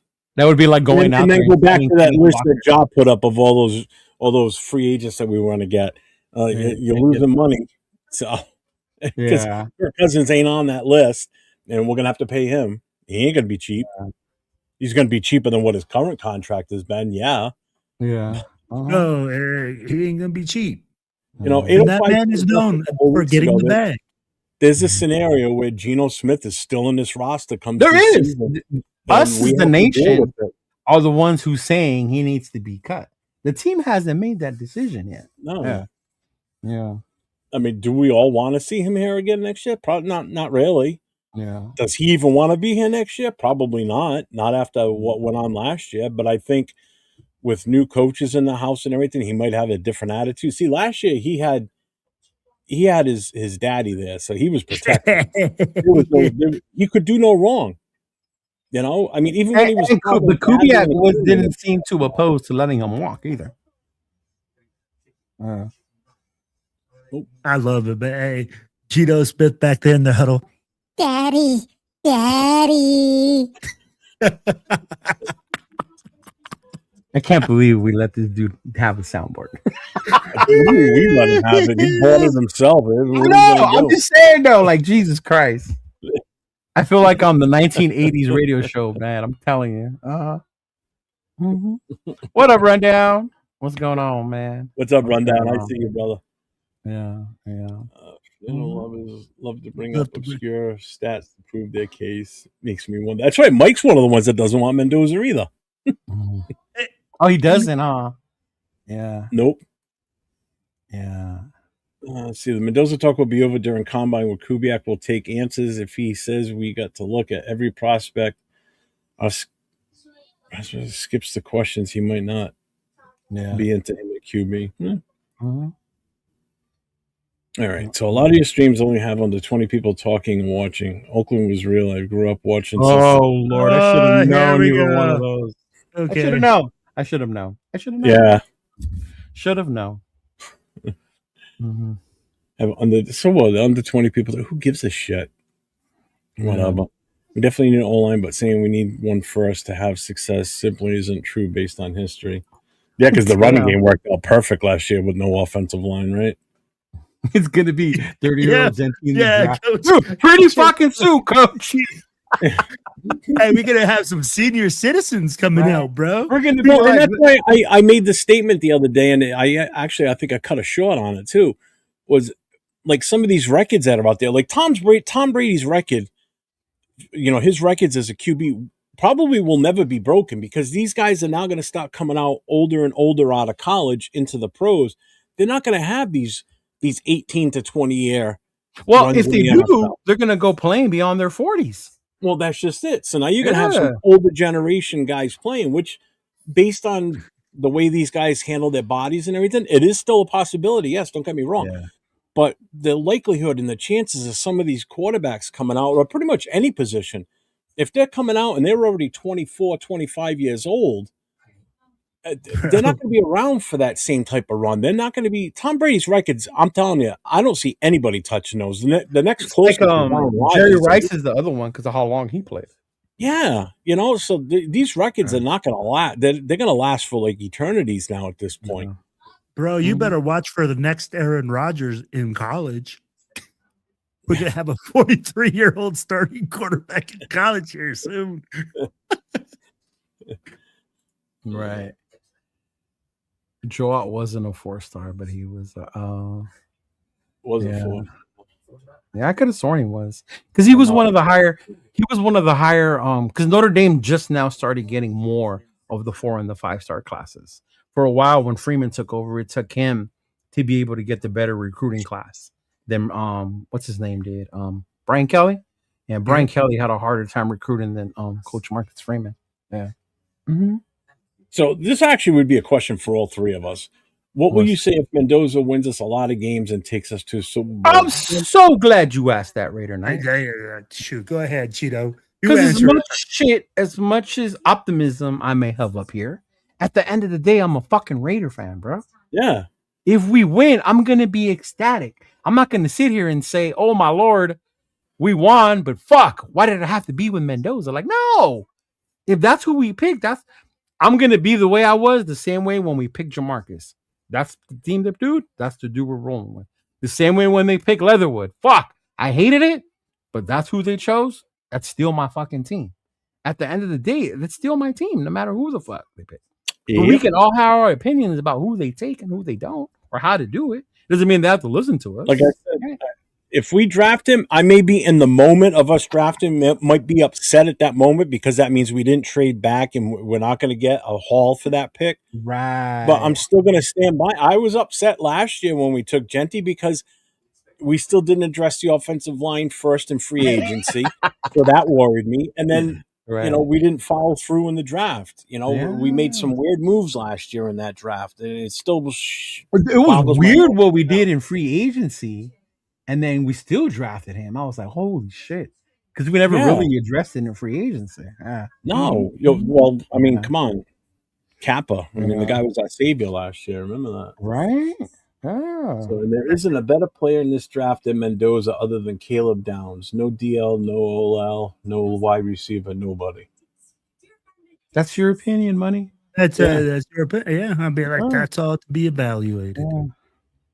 Answer that question, bro. A 4 or 5 recruit doesn't mean you're not going to do shit. What I said was Mendoza played versus approximately 50 of those guys. So okay. So did everybody else in college. I mean, like, woo! Yeah. I mean, like, what you want me, bro? Everybody else in college plays against a bunch of 4 and 5 star recruits. Right. Let's see. Gino won 10 games the year before he came here. Why can't he do that again under Kubiak? Well, he wasn't with Kubiak. I mean, yeah. You got to think about why he didn't, though. Was it just his fault? And here's a two-way street, right? What are we worried about Fernando failing? What are the things that he needs? Offensive line. What else? Weapons on the outside. Okay. Did Gino have those? No. Thank you, Cheeto. And I'll tell you what, hey, Cheeto, you know what? If Mendoza takes us to the Super Bowl and wins us a Super Bowl, I'll be right there next to you, bro. And I'm going to be like this. Fernando, you are the savior. You came to the dark side and you took us to the promised land. See what I mean, Jeff? Yeah. Uh-huh.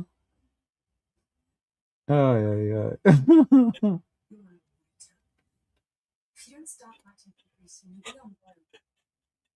I muted him. He keeps trying to mute himself, but unmute yourself. Yeah. See, that's the other thing with the accolades. Oh, he won the Heisman. He won the championship. So did fucking Tim Tebow. Right? So did Gino Torretta. He won the Heisman. How good did he do? Right?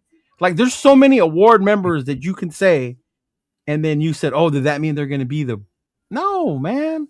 Y'all need to stop putting so much emphasis on that shit. And I don't care what y'all say. The Heisman ain't what it used to be. 100%. Yeah. No. But not everyone went undefeated. Look up Tommy Frazier, bro. Hey, can we look up that undefeated? I didn't know one player goes undefeated. I thought that was a team accolade. Exactly. Rachel has been listening a while at work. What up, D-Menace? My guy, D-Menace. We're making your night go by while you're at work. That's my dog. That's my dog. Yeah. I guess the thing with me with the coaches is I'm not saying I'm being a Debbie Downer, but I'm not going to get excited until I start to see the players that we bring in here that are going to fit this system. Yeah. Mm-hmm. I'm going to say something different. I'm going to go until I see some player development. Until I see some players being developed and the scheme that they bring in. Sure. Right now, I feel like we have a ton of potential. We are like a ton of potential at the coach's spot. Yeah. But nothing is proven. So that's where I go like, hey, coaches have a lot to prove. So I'm excited. I'm really excited to see what Leonard can do. I'm really excited to see what Jacob could do and Kubiak could do with our offense. But until then, I'll be like, I want to see some player development. Time out. I want to see guys get better. Where's the flag on the play? Flag. Do you mean to tell me the Seattle Seahawks built that team around Sam Darnold?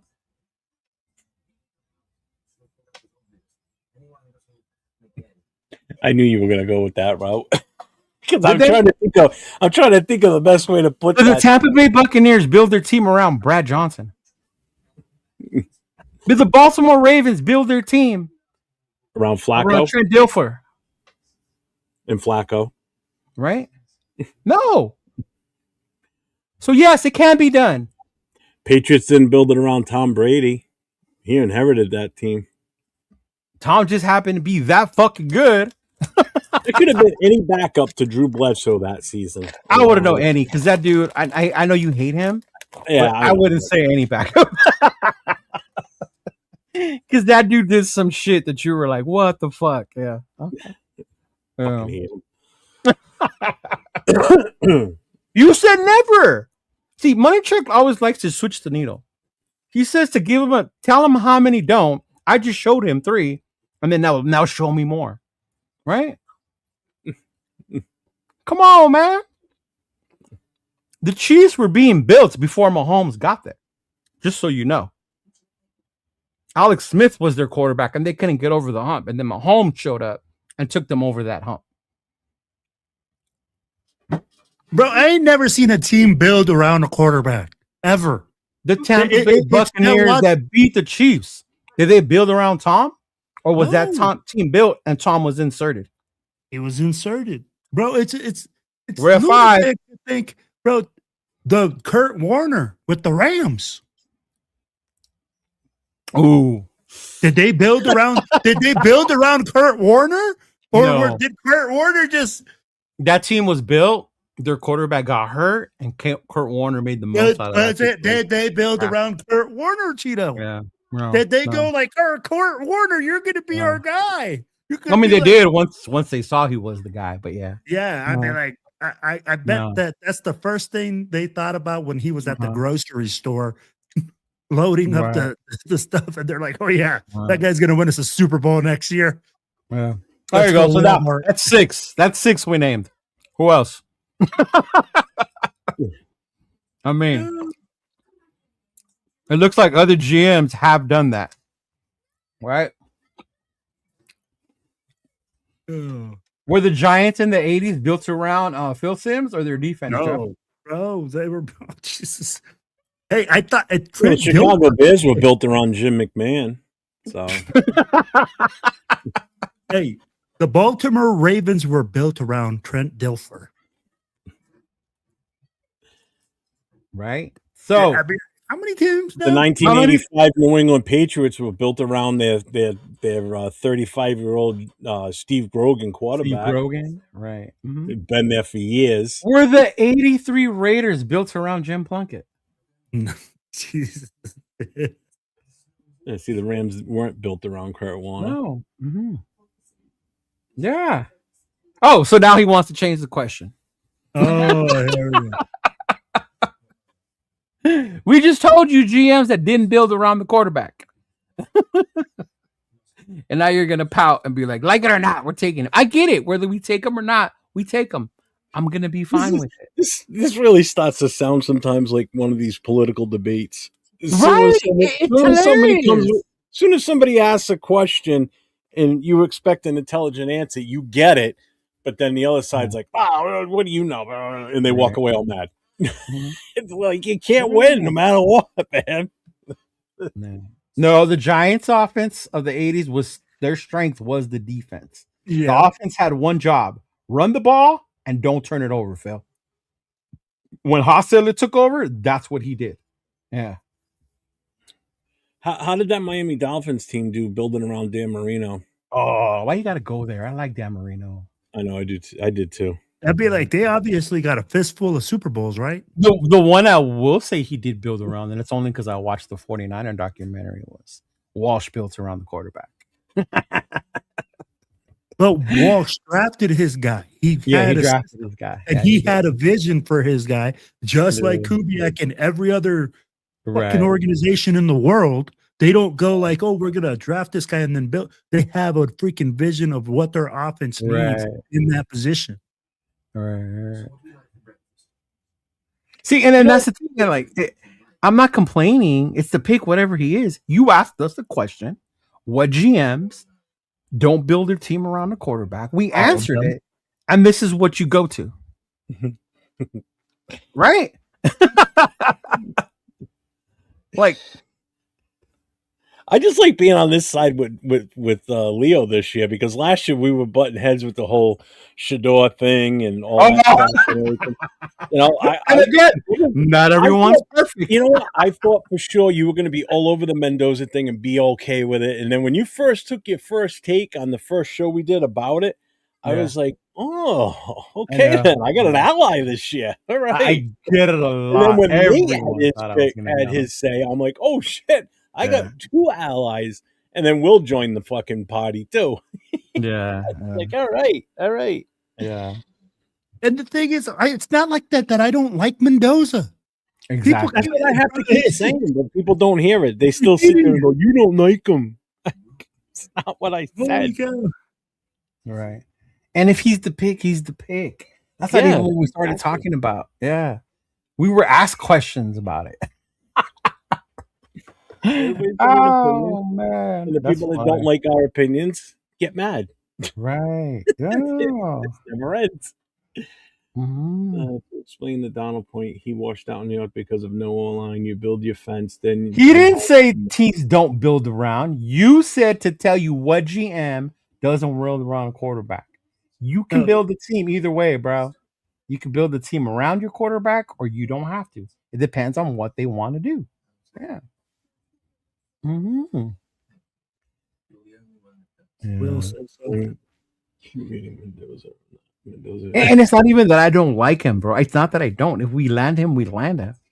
Right? I just don't think we should be so close-minded to be like, hey, you know, you have to get this guy. There's no other route. Yeah. I want to know.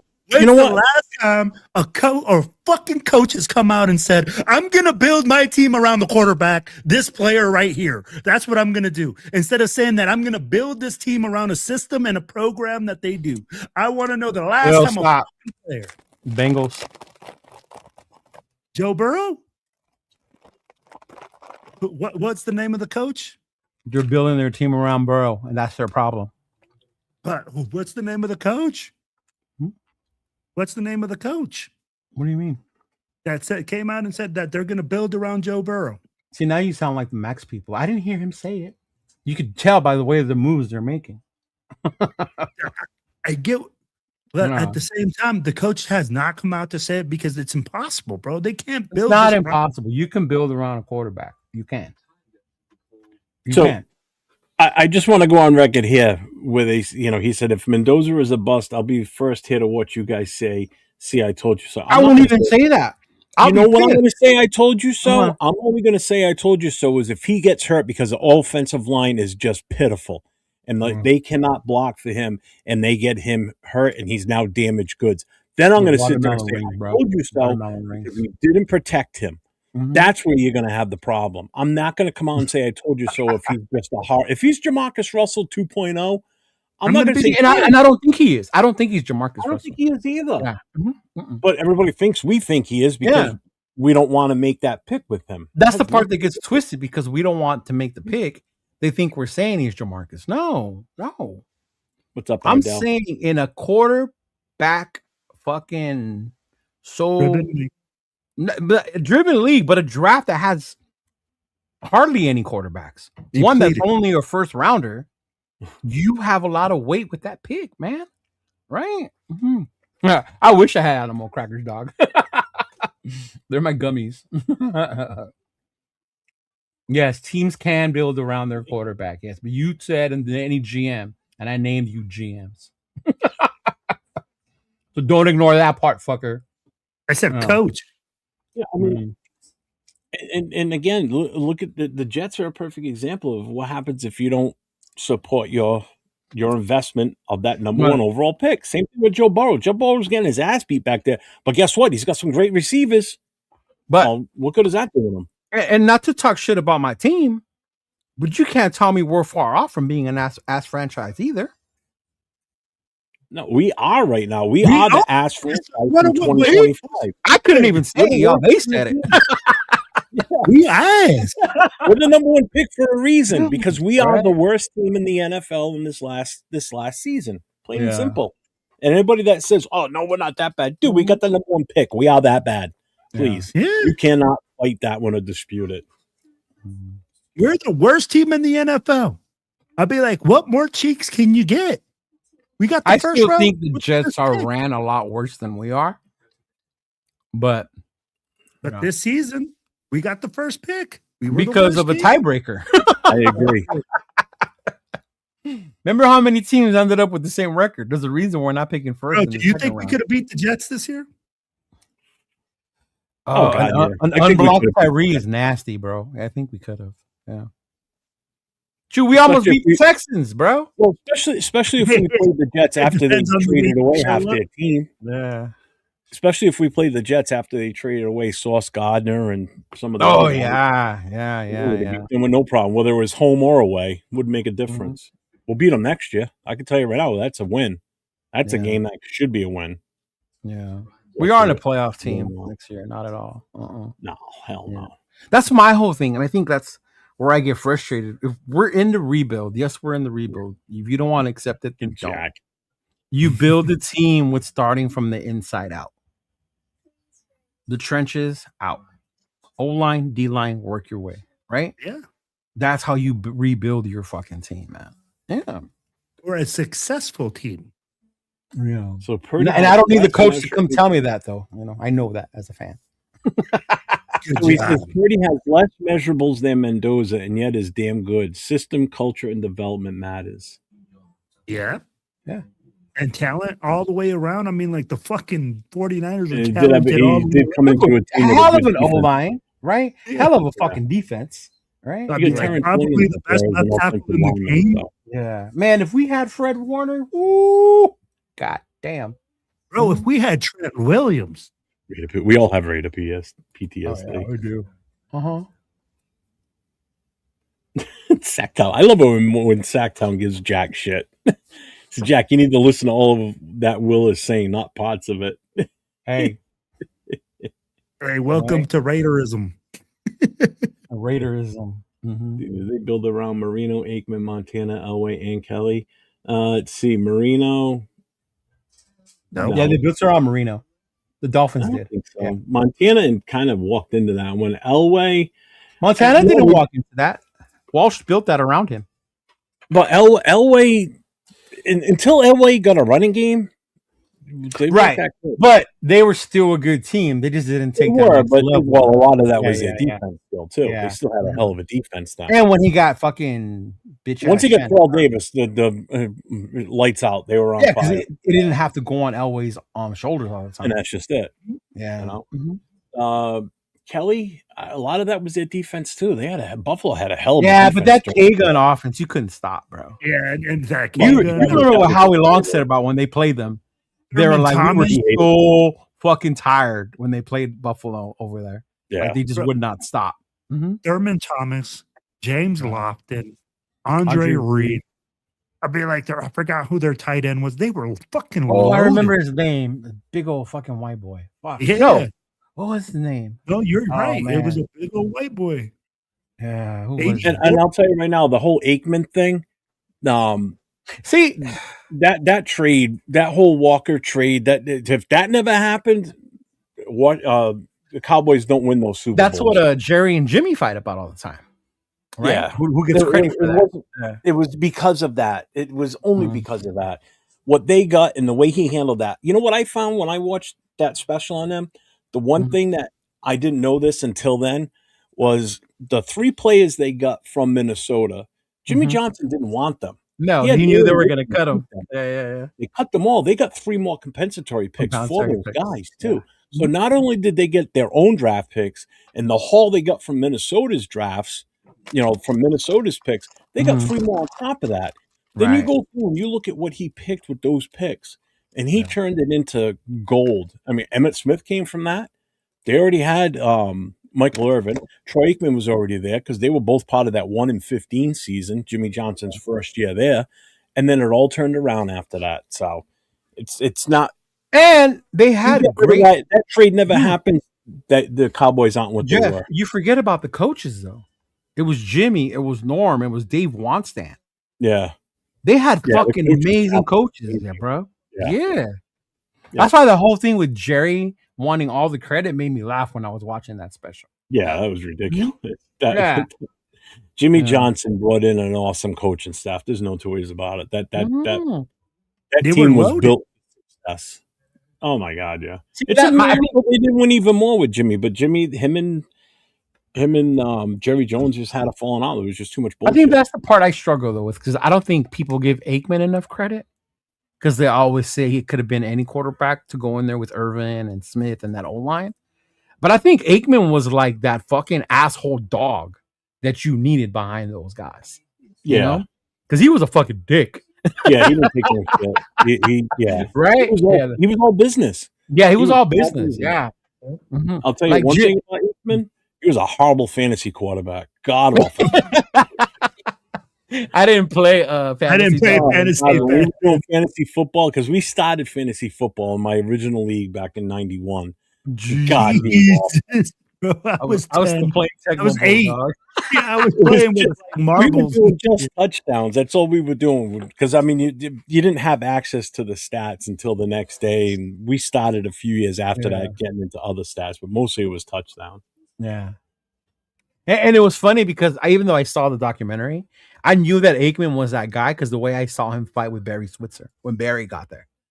Because my uncle was a big Cowboy fan, and we used to look at that like, bro, this dude and Troy are not getting a fucking along, man. Like, they are not getting along. Mm-hmm. Yeah. Oh, yeah. Well, and it doesn't help the personality on that team. The personalities, like Michael Irvin and Troy Aikman would be the two most polar opposites of each other. Yeah. When they were playing, and even now in life. I mean, Michael's so outgoing. Troy Aikman is very reserved. I mean, just watch him when he's doing the Monday night games. Yeah. You know, he's not outgoing like a lot of these other guys are. Even Emmett was a bit more reserved than Michael. Michael was the one who told you about the parties, right? Bro, Michael still looks like he's going to the club on Saturday night. Have you seen Michael Irvin on the sidelines in the U games? Like, Michael's still Michael, man. Bro, so I saw Michael Irvin walking down. What up, 805? What's going on, man? Super Bowl was in Phoenix, right? Bro, I'm telling you, bro, my wife recognized him. She's like, Will, I think that's Michael Irvin walking right next to you. Mm-hmm. I turn and I look, bro, that dude looks like a fucking pimp walking down the street. Oh, yeah. Suit. I mean, like, he's dressed up to I'm like, he's ready to go to the fucking club. Yeah. He was the whole part of the Uncle Luke Hurricanes. Mm-hmm. Uncle Luke. Mm-hmm. Jalen Carter, Trent Williams. Oh, yeah. Yeah. Mm-hmm. Yeah, well, you define that's Raiderism. What all our fans are with Raiderism. Dude, you're a fan and nothing more than the rest of us. When have you ever claimed to be more than that? I don't know.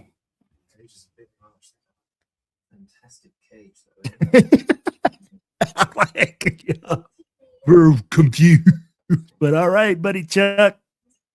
Right. Bears and Patriots went to the playoffs and won to the Super Bowl in year 2 with both teams. What? He's talking about last year. The Bears and the Patriots, because they both drafted Caleb and Drake the same year, had horrible years, and then in year 2, one of them went to the Super Bowl. Yeah. So, Jack, what are you saying? That we're going to do that next year? Is that what you're predicting? That's the hope. That's the hope that people have by us doing this. Yeah. And that's where I said the other day that's where you can't walk into the season setting our expectations up here, because automatically when we don't meet them, everybody's going to be down here because that's where we finished, and they're going to be like, fire that coach. He sucks. They only won 1 game. They only won 2 games. The same thing happened last year, right? We got Pete. We finally have a but Pete walked in here saying, I win games. I'm predicting. You're not going to hear people use the past as that's what's going to happen. Yep. Right? Going back to look. Yeah. As far as I'm concerned, Kubiak gets a pass. Outside of going and killing somebody, Kubiak gets a pass this year. I don't care if we don't win a game. Okay. There's things I want to see that shows progression that won't result in wins. All right. And that's going to be, just the way the team is. I want to see maturity. I want to see progression. I want to see things different on the field. I want to see the team getting along. Can we develop the talent that we have on the field and not see regression? Right? Yeah. That's what everybody wants. I'm not insulting. I just don't get your whole post on that last message. None of us did. So it's not just like one of us is saying it. All 3 of us are kind of like, huh? So, oh my God. I can't believe that. You see 7 of the Suns, what he said about Charles Haley? Oh, wait a minute. What's up, 805? What's up, brother? Where is it? Down towards way the bottom. behind. Yeah, you are.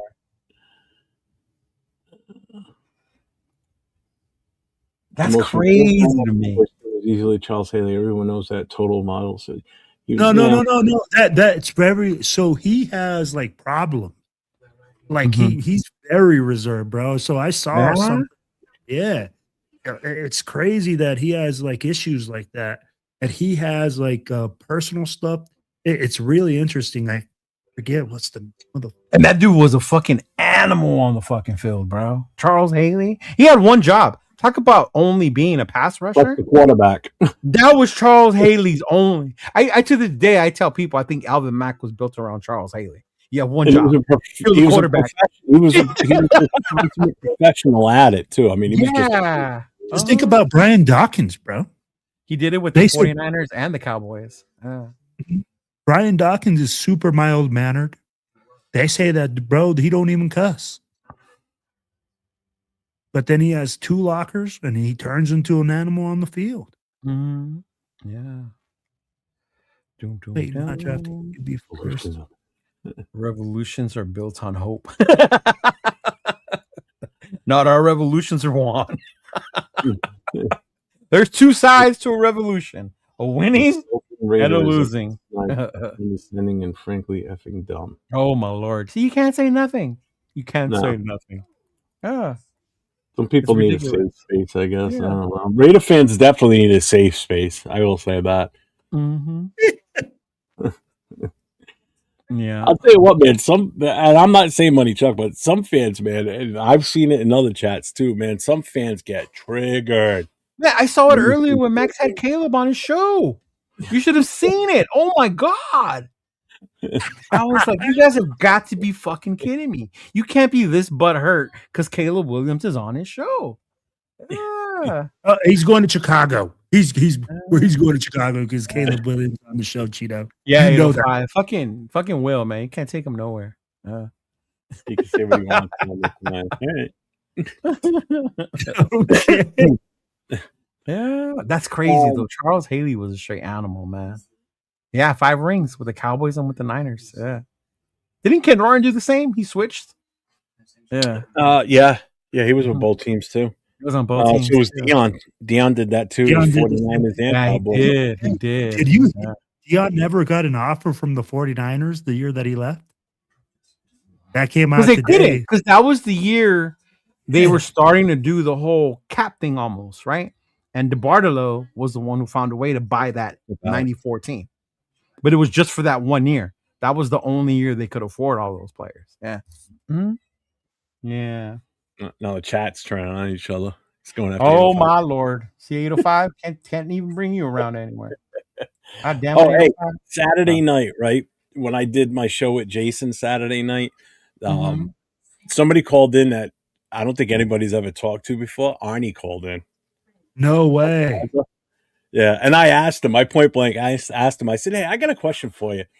I said, those questions you ask, I said, do you have them all like pre-typed and you just copy paste them and throw them in? On an index card? Yeah, like your questions come so fast. He goes, no, I ask one question and then I start typing up the next one already. I said, God damn, I said, you type fast, dude. He says, yeah.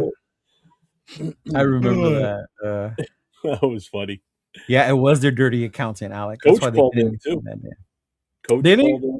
Yep, Coach called in. Navman called in a couple of different times. Rorschach called in. Bueno called in Friday night, I think it was. But yeah, it was fun. That was a good show. See, Haley was Did Dixon call or was Dixon He didn't call. Look, and then he says people insult him. See what I'm talking about? Yeah, look. I just saw it. And then he wants to be the first one to talk shit when somebody says something. 805, y'all, out of all people, is probably the most respectful dude out of our entire circle.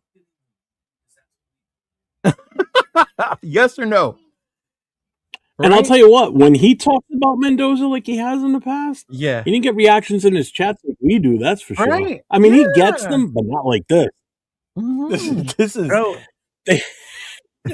this is insane. That's what I'm saying. Right? I need my safe space. Want to get mad about insulting, and you're insulting 805, bro. What the fuck did 805 do to you? If anything, that question was directed at Will. Yeah. But hey, I'm the bully. I'm the bully, right? I'm the mean guy. Jeez, bro. Son of a bitch, Leo. I know, man. 805, y'all. 805. Right? Jesus Christ. 805 never said shit about anyone. Unless you meet him in person and we're having a few drinks. Hey, did I generalize? Hey, did I generalize? Bro, it don't even matter how you say it, dog. People are gonna take shit the way they want to. That's why, Max, just don't say nothing no more. Oh, jeez. Let's not go back down that road. You know, whether Max wants to leave the team or not. Okay, yeah, we can go back on that. Shoot. See you, Max. Bye. Right? Oh, wow. Now he's telling you too, but jeez, man. Right? Okay. Sure. He didn't run his mouth. Exactly. That's what I'm saying. Right? Exactly what 805 said. Right Exactly. here. Did Will piss off? Question. Right? Damn you, Will. Can't you behave yourself? So talk about thinking the world revolves around fucking you, bro. I don't get it. No. He wants an asshole. I'll give him an asshole. Talk about you thinking the world revolves around you, right? That shit had nothing to do talking to you. That shit was to Will, bro. Woolly bully. Right? Jesus Christ. Yeah. Right. Yeah. I'm just saying, like 805 out of all people. Yeah. Jam, bro. See? Watch out, Adele. He's gonna come after you now. All right, you're gonna get a STFU. Oh, man, watch out, man. Oh my lord. Damn, bro. I'm telling you. Claws are out, man. Yeah. Oh no, I'm a goldfish. My feelings are hurt. I'm gonna call my therapist. All right, hey, that sounded very condescending. Why I gotta be a goldfish? Right? Oh man. Oh man, everybody's pressing out the sound effect. Right? Which of these Raiders on final year of contract will stay on the team? Wilson, Tucker, McMahon, Chin, or Kappa? Mayor or Chen? I think Mayor stands. I don't know about Chen. I think this is gonna have to be approved for Chen. You Kappa, think approve it for Chen? Yeah.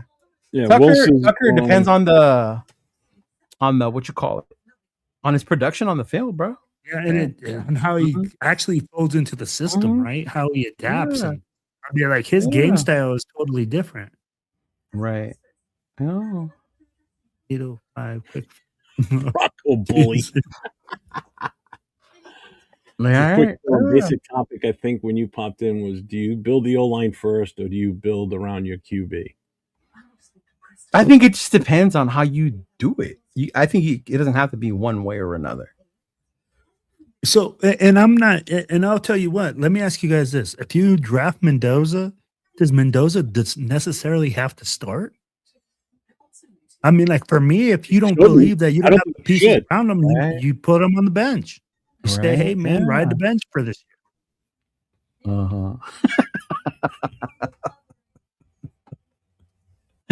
Oh man. Now I talk down to people, right? Okay.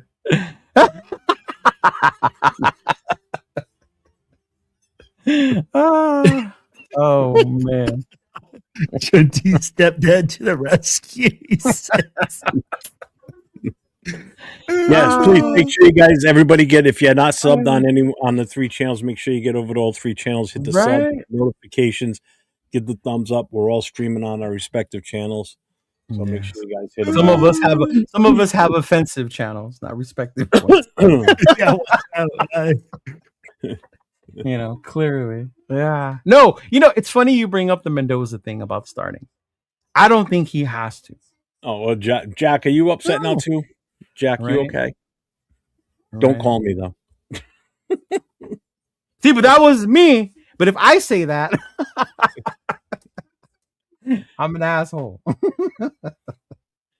No, Alec, he's talking about at the end of next year because all three of those Wilson, they're on their the agent next year. They were all here until 2027. Yeah, that's what I'm saying. Chin would have to prove it more this year. Yeah. Mm-hmm. Yeah, but I mean, I know you want to start a quarterback when you pick them number one. You look at the ones who've been picked number one lately; they normally start. I wouldn't want him to though. You know, I think if we do take him number one, I'm with what Tom has been saying. A lot of these younger quarterbacks aren't ready for the NFL, no matter what we think they are, right? And if you have to sit them, even if it's not the whole year, Doc, you let them sit half the year. You know, learn Kubiak's system, learn behind whoever's our quarterback, and then go in there. Because why do you have to start him from day one? Unless you think he's going out there. That, he's a starter. You know, he's a plug and play day one. No, he's not. I'm sorry. Yeah. I mean, could he be? Yeah, possibly, but yeah. Ideally, based on what Tom has said, I don't think it's the right move to do. Yeah. Huh? I think it's the right move to do to sit a guy and give him the ability to learn. Yeah. I'd be like, bro, there's so much pressure, especially in Las Vegas. If you come here as the number one pick, as a quarterback, you already know, bro. Everybody's going to be like, oh, he sucks. He's a bust. I mean, like, what were people saying about Genty this year? Genty struggled because the offensive line struggled. What were people? Oh, he's a bust. Oh, well, we never get the best out of Genty because of how bad our line was. That's the thing right there, too. You know? Yep. So I mean, but then people see it as you're wasting a year where he could. Because remember last year we complained that the rookies weren't getting any playing time, right? That we wanted to see them out there on the field. So basically, if you sit Mendoza, you're not letting him gain the experience. I guess the best way for him to learn is by playing. Yeah. Man, I would love a Jameis Winston. Oh my god. So, okay, go back to the days of our life. I have a question for y'all. Okay. Did y'all used to watch those or call them stories? Bro, are you talking about Days of Our Lives, the show? Yeah, like those. No, bro. Yeah. Like I didn't watch them, but my mom watched Marimar, bro, because we watched them in Spanish at my house. That's different. That was at nighttime. Yeah, that was at nighttime. I was just having a random conversation with friends, and a lot of them. You don't have to be ashamed, Jeff. A lot of them watched them, and I was surprised. Yeah, I was like, "Holy crap! Like that's crazy." Yeah. I remember watching the Luke and Laura marriage on General Hospital when I was a kid. See? Well, there was like a girl that was buried alive. He just died too. Luke just died recently. Hey, girl, see, Luke just died. I heard about that in my group chat earlier this week. Yeah. Well, my mother used to watch them, so obviously, there was nothing. We didn't have cable TV back then. This is back in the 70s and 80s. So yeah, it wasn't. Yeah. Let's put it this way: when HBO first came out, when you could get it at your home, it wasn't through a cable wire. It was an antenna on your roof.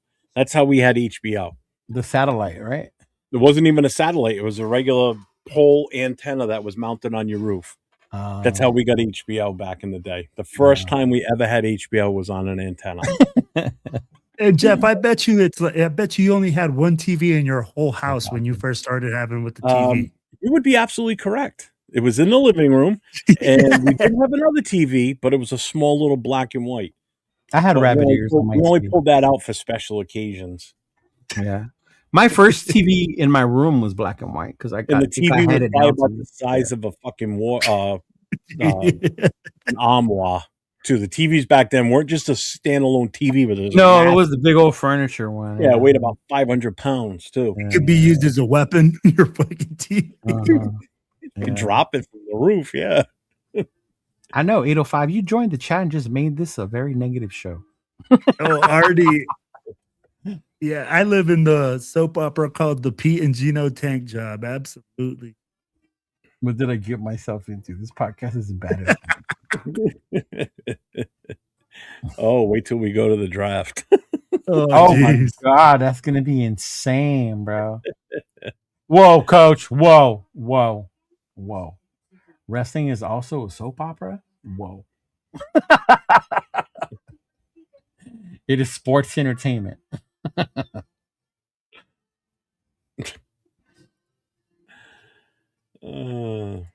Rabbit ears. Some of the best actors in the world are wrestlers. Oh yeah, bro. Are you kidding me? Yeah. Well, that's why it's such. In all honesty, that's why it's such an easy transition for some of these guys to get into doing movies and such. Like Baptista, I think he's an awesome guy. Did you watch his movie, No Mercy, with Momoa? Jason Momoa? Oh, it was awesome. It was that so shit good. was awesome, right? It was so good. Oh my god, yeah, that shit. Was so awesome. I heard a rumor that they're trying to get the two of them on the next season of Fallout, the TV show on Prime.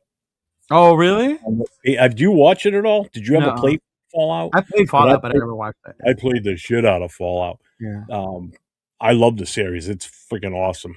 Yeah, but there's talk about them possibly being on either next season or maybe the season after. But yeah, that movie with the two of them, they are awesome together. They're fucking hilarious, bro. Yeah, they are. Yeah, they are. Let's see. What's up, Anthony? What up, Estrada? What did you say? My favorite coach is who? Channel 68 in Boston in the late 70s. My favorite coach ever is not Gruden, bro. Damn. I don't find. Oh, well. Yeah. It is not Gruden. Who do you think my favorite coach ever is? AP. Your favorite ever? Yeah. Tom Flores. Before your time or during? You can say during. During. Art Shell? Art Shell or Del Rio? Oh. Lane Kiffin? No, it was Flores. Yeah. Flores. Because I grew up in LA, that's why I used to go watch. You're a fucker, bro. That's the first one I said, and you didn't say nothing. Well, because you said in my time frame. Historically, it is my shirt. But that goes beyond just Raider football. It goes into my love is football as a game as well. Yeah. Mm-hmm. Hugh Jackson was one of my favorites. I was gonna say, I remember you talking a lot about Hugh Jackson, how much you liked him. Hugh Jackson was one of my favorites. Yeah. Yeah. Mm-hmm. The first time Art Shell was one of my favorites. The first time. Yeah. One reason I'm a raping, they'll tell me how to fan money chuck. Jesus Christ. Oh my god. That's his dude. I'll never forget. Like, yeah, that's how you know when you're a fan of a player. The way fucking 805 celebrated Adam Butler. Oh my god, that was awesome. You know you're down for a fucking player. Yeah. That was. You know what? I need to go back and clip that. Yeah. Oh man, that was a classic right there, bro. That was awesome that night when he came in. To me, that was about as classic as when he lost his shit when JT was going off about how Ashton was gonna run through the AFC West, and then 805 just there rolling his eyes. Oh, when you guys were at the draft party? We were at the draft party, yeah. How'd that work out for him? Not too good. Oh man, I did, Ja. I watched the new Mando trailer. I did. Yeah. Oh, my favorite Raider. Everyone knows that one, Arnie. Yeah. Mm-hmm. It's Tim Brown, bro. Yeah. That was when I had my what is it? We'll call it my moment. I had my moment when I met Tim Brown. It was like he was walking on clouds. And the sky opened. You could see it in the video. You could just see his face, just the reaction on his face. Like I've never seen him speechless before, bro. Like literally, like he just was like. Mm-hmm. And you could tell he was getting nervous, bro. You could tell he was getting nervous because Cheetos fans started moving. What's Noah's favorite Raider? Oh, Max Crosby. Okay, so basically your reaction would, the way you reacted to it, I just picture that would be Noah's reaction if he ever meets Max Crosby in person. Because that's kind of how you looked like. You look like a little kid, like, oh, like, I was. I'm not hero. gonna It was lie. awesome. Yeah, I was. What's up, Jay? Was. Welcome in, brother. Welcome in. Hey, what's up, Jay? Oh, man. Shit, salute, man. What's up? Welcome in. Can I know my favorite Raider? What's your favorite Raider, Anthony Estrada? Yeah. Hey, speaking of pickleball, did you guys see there was like a fight where they had to call the police in Florida over this elderly people fighting over pickleball? Really? Yeah. Bro, did you not see it, Jeff? It's competitive, bro. Yeah. I'm like, they get down. Yes, man. Yes. Jesus, Bro, Money Chuck. What the fuck? I'm not putting that comment up. Oh, man. Good Lord. Yeah, see what I mean? But hey, be respectful. Logan Hall and free agency and I definitely do that. Yeah. See, Josh saw it. Yeah. That was crazy, bro. I forgot it was over some thing they call in pickleball, like a certain area, some bullshit. But yeah, they actually had to call the police, bro. What's up, Duncan? What's up, Pitbull? Donuts Duncan. What's going on? Lester Hayes was cool, man. He's a cool ass person to meet. Yeah. No, I didn't faint when I met Tim Brown. Yeah. It was close to it by the video. No. You're a little weak in the knees. You cried a little bit. Cried a little bit. But I told you why. It was a sentimental valley because of my uncle that passed away. No. Hey, I'm just saying. A little bit. You know, it's all right. He said, dude, need some Vagisil. Oh, man. See, I had met him before, but I didn't get his autograph. I think that was different. Yeah. Mm-hmm. Yeah. Hey, you know when Cheeto's excited is when a kid gets in front of him and he like taps the kid real quick to tell him to get in line so he can get through the line fast. No, I didn't. You're such a liar. I did not push no kids. No, I did not say you pushed him. He like got them all organized to get him to get through the line. Get through the line. Let's go. Let's go. Let's go. Move it. Okay, maybe that a little bit, maybe because they were taking a little long to take their picture. Take your picture. Let's go.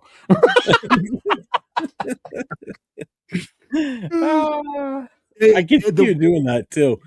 It's like, hey, kid, let's go.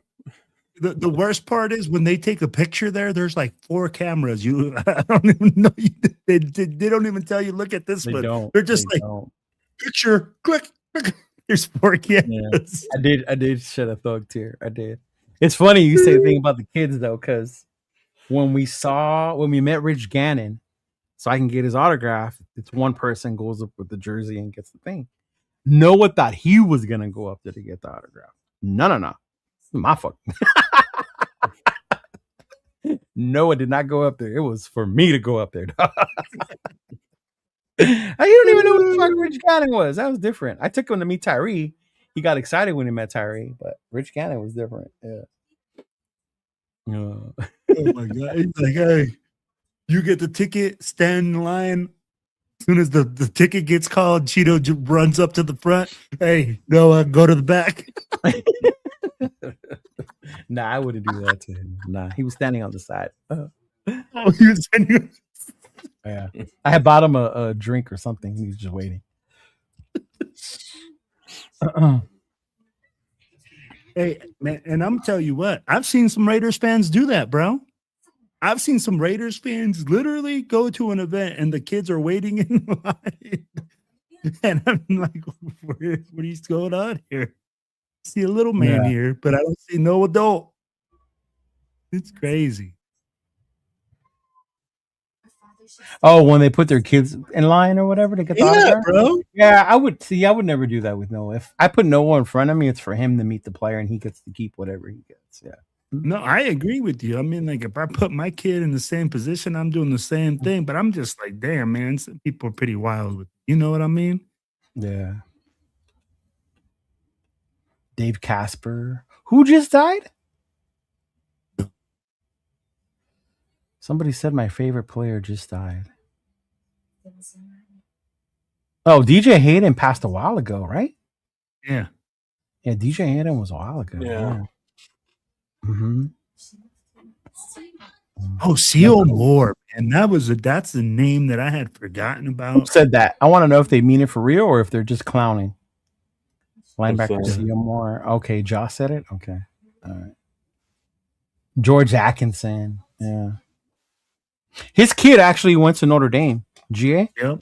GA the third. I got to meet his kid. GA the third. Yeah, I always want. He was my preseason hero every preseason.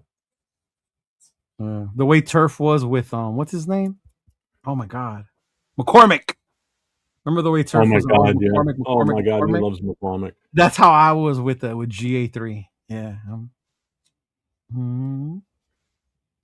Yeah. Oh, see, that's his son, placeholder Jones. That's fucked up. Yeah. Darren McFadden was. I like Darren McFadden too. Mm-hmm. Yeah, Run DMC was the dude, man. That was when I learned about turf toe. I had no idea what turf toe was. Damn that fucking turf toe. Yeah.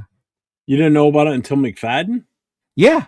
Yeah. I didn't know how serious it was. Like I heard it, but I didn't know how serious it was till McFadden got it. Yeah. That's what ended Jack Ham's career was turf toe, and that's back in the 70s, 80s. Yeah, dude. You can remember those fields back then was just basically a concrete slab with AstroTurf put on it. Yeah, I remember that fake. That same shit you could go to Home Depot and buy to put in your backyard that makes it look like a nice green grass. Yeah. That shit was bad. Like the worst fields were Pittsburgh, Philadelphia, the old Vet. That field was notorious for that. That was so bad at the Vet that you could see the seams from the stands on the field. Like guys would get tripped up over it. The carpet? I'd actually gone on the field at Foxborough at the old stadium when they still had that stuff. And I remember, actually feeling it and everything. It's like, my God, how do these guys play on this without getting hurt? But dude, it'd be no different than playing football on the fucking street. Yeah, I remember those fields. My grandma had some of that shit. Yeah. Oh, the Vet in Philly was just nasty. Dude, Todd Christensen, he was on American Gladiators. Remember that, Joe? The motherfucker was on American Gladiators. So I forget what show I was watching on YouTube. They were talking about tight ends, and they said, who do you think's the greatest tight end ever for the Raiders? And I said, definitely Christensen. Hands down. Our greatest tight end? Yeah. You probably get pushback from the Oakland Casper people, but yeah. I remember Christensen. I still would say Todd Christensen. Yeah. Just because he was he was athletic. Casper wasn't athletic. Like Todd Christensen. Casper was like that old school blocking big dude. Exactly. Here and there. Christensen was he was that receiver type, and he was like the wicked, like the safety valve during that era. Like you could count on him, being there when you need him. And he wouldn't line up on the outside; he would line up on the inside and still come out of that stance and go run around. Yeah. I just remember him with his uniform in the 80s and everything, with the way that the sleeves looked so big and windy and baggy and everything. It's like everybody else wore them tight and tucked up and shit. Yeah, his was all big and shit. Yeah. Even Tim Brown was with his the one thing that always stuck out with me was how he taped his fingers. Right here. Yeah, and it was like a web. He typed it. I'm surprised that they never did anything with that. It was to protect his fingers from getting broken. Yeah, I know that. But sometimes if you watched when he tape it, he would tape a strip across his fingers so like his fingers could open up. It was almost like a web. But never got nailed for anything like that. Yeah, no. Because he said Jeff George used to fucking throw that shit in there super hard. Yeah. Yeah, I don't know. I don't know who's going to want to trade for Geno, Arnie. Yeah. It's going to be a tough one. Bro, I'll be amazed if we can get a 5th round pick for him. I'll be amazed if we can get a But aren't they supposed to switch the field at MetLife now because of the injuries like that happened over there? Like one of the new NFL rules is they have to switch those fields? I think so. Well, I know there's been a big push for natural grass on any of the open air stadiums. Yeah. because the domes that aren't built like ours or Arizona, you can't put grass in those. You'd have to do some retrofit. You know, I think KC is probably going to, I think they're going to dome, I heard, possibly with their new stadium. The one that's going to be in, it's not in Missouri. Yeah, they're going to go dome. Yeah, they're going to go dome in Kansas. Yeah. I wonder if they're going to build the same thing where the field's on a tray that slides in and out. Like Vegas? Yeah. Arizona was the first one to do that. Yeah. That's how Vegas. I don't think so, though, Jeff. I think that, like, if you talk about the area, I'd be like, in the wintertime, you can't be rolling in and out. Why not? Oh, it's too cold. Kill your natural grass. See, now you got 805 over here talking shit. He never does that. Oh. Todd Christensen was cool, man. Yeah. I liked him. Another LA Raider with a mustache. We shall see if that stadium in Kansas actually happens. He actually looked like one of them old school porn guys with that mustache and everything back in the day. He did. That's why I said his stash. Yeah, I remember that fucking mustache. Yeah. I love how he used to quote poetry and all the shit too, because he was a weird dude, man. He was weird. Wasn't he on a sitcom? Bro. Yeah, it was on. No, it was just American Gladiators. Yeah, one of the Golick brothers used to be on. That was Bob Golick. That was on the Saved by the Bell one. Saved by the Bell, right? Yeah. The college years. Yeah. Yep. Who was the dude? Oh no, that wasn't. He wasn't a football player, huh? The guy, the dad that was the dad on Webster. Oh, Alex Karras. Was he a football player too? Yeah, he played for Detroit back in the day. Yeah. He had a so glow haircut. He did have those curls, man. Oh shit. Yeah, Lyle Zeta was on a couple shows. I remember that. He was actually in a movie, that Maniac Cop. Maniac Cop. He did. Yeah. Yep. And Howie Long did a few movies. Howie had that. He was the Hollywood guy. We talked about that last time. We were talking about Yeah. Howie had a few. Even Bosworth had a series of movies too. OJ was in movies. He was in The Naked Gun. Did you see the most recent Naked Gun? No. Did you watch the one with I heard I need to watch it though. I heard I need to watch it. My brother's surprised I haven't watched it. Oh, it's funny. It's funny because they I don't want to ruin it. Well, I won't really ruin it, but you know, they've got pictures up of all the original Police Squad guys from the TV show and the Naked Gun movies. Yeah. So, you know, you got like George Kennedy up there, Leslie Nielsen, O.J. Simpson, and you know, and at one point they're all paying homage to him, and then there's a guy that's supposed to be O.J.'s kid, and they show the picture of O.J. and he's like, no, and he walks away from it. I was like, damn. Oh yeah, I gotta watch that one. Oh, Matuzak was on the Goonies. Yeah, he was. He even wore an Oakland Raiders t-shirt in the movie too. Yeah. Yep. That fake action movie in Major League. Hey, you guys. Hey. Ooh, baby woo, baby woo. Those Naked Gun movies were fucking so stupid, but they were hilarious. Well, they were just like when that movie Airplane came out. That's what's that was Kareem was on that shit. Remember? Yeah. Yep. Yeah. You guys are some old motherfuckers, man. Still, one of my favorite old time comedies is still Blazing Saddles. You couldn't get away with half that. Yeah, see, you're probably too old for me on that one. I didn't. Yeah. Oh, that was a great one. That one you all rank me, Skipper. Yeah, you lost me on Blazing Saddles. If you look back at some of the TV shows that aired in the 70s, like 70s, 80s, a lot of that shit you can. The Jeffersons, no way that would make it now. Archie Bunker, All in the Family, oh hell no. Dude, Married with Children.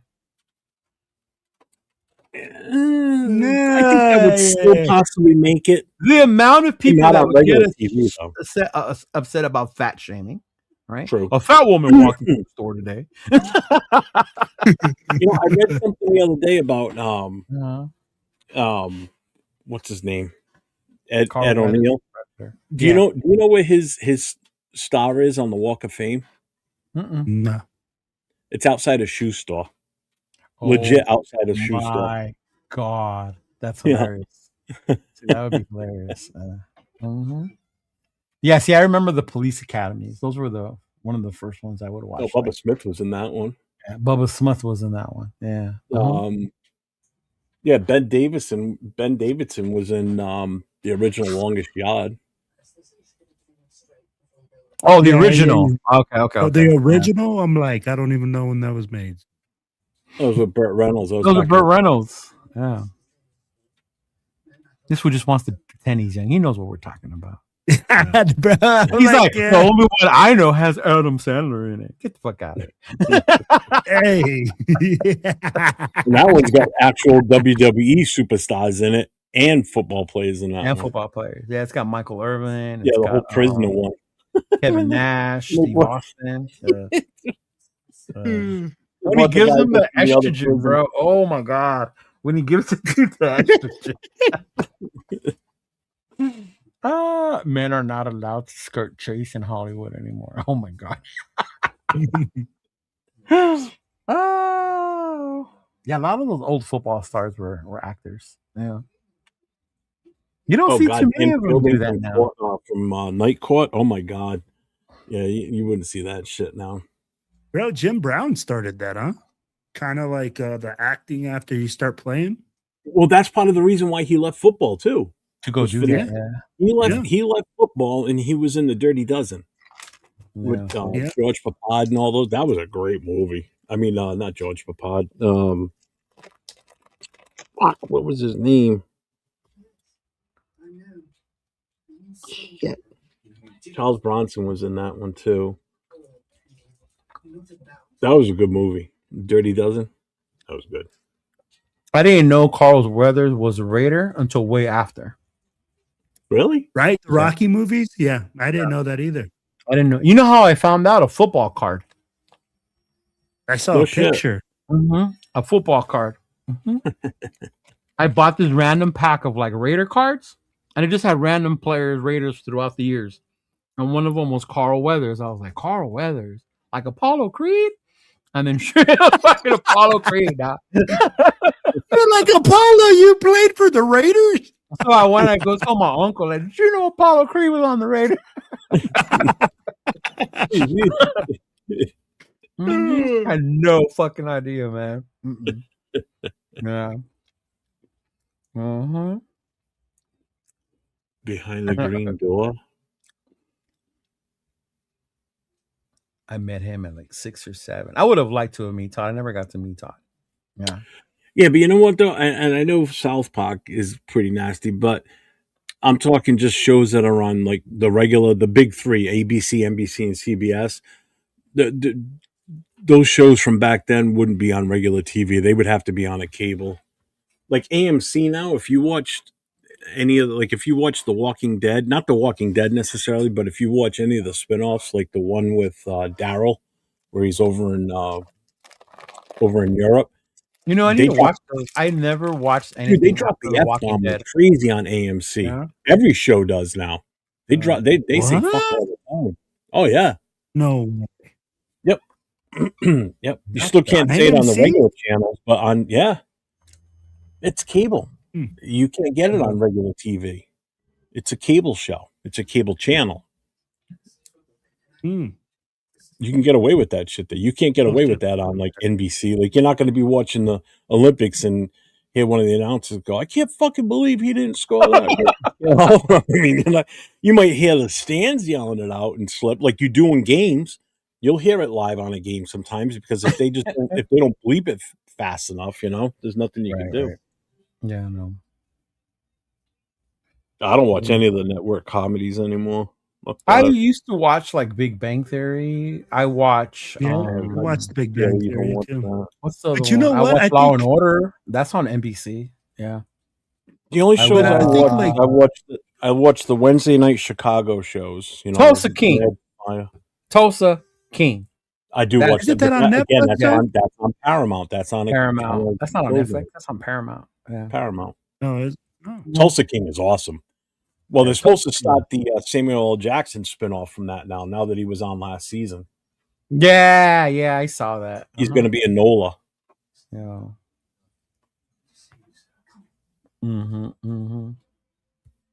Oh damn! You guys ready to wrap it up? Yeah, Tulsa King was the shit. Tulsa King's awesome. That's such a great series. And it was funny because when it started, I was like, Stallone, how old are you? We're really gonna go through a show where you're a badass? And then as you watch it, like, I guess we are. He said, Stallone, how old are you? That was my initial thought, bro. It was. Dude, he plays that role so good in that series. Fucking perfect. It's amazing how good he is on that show. Oh my god! You almost forget he's any other character he's played.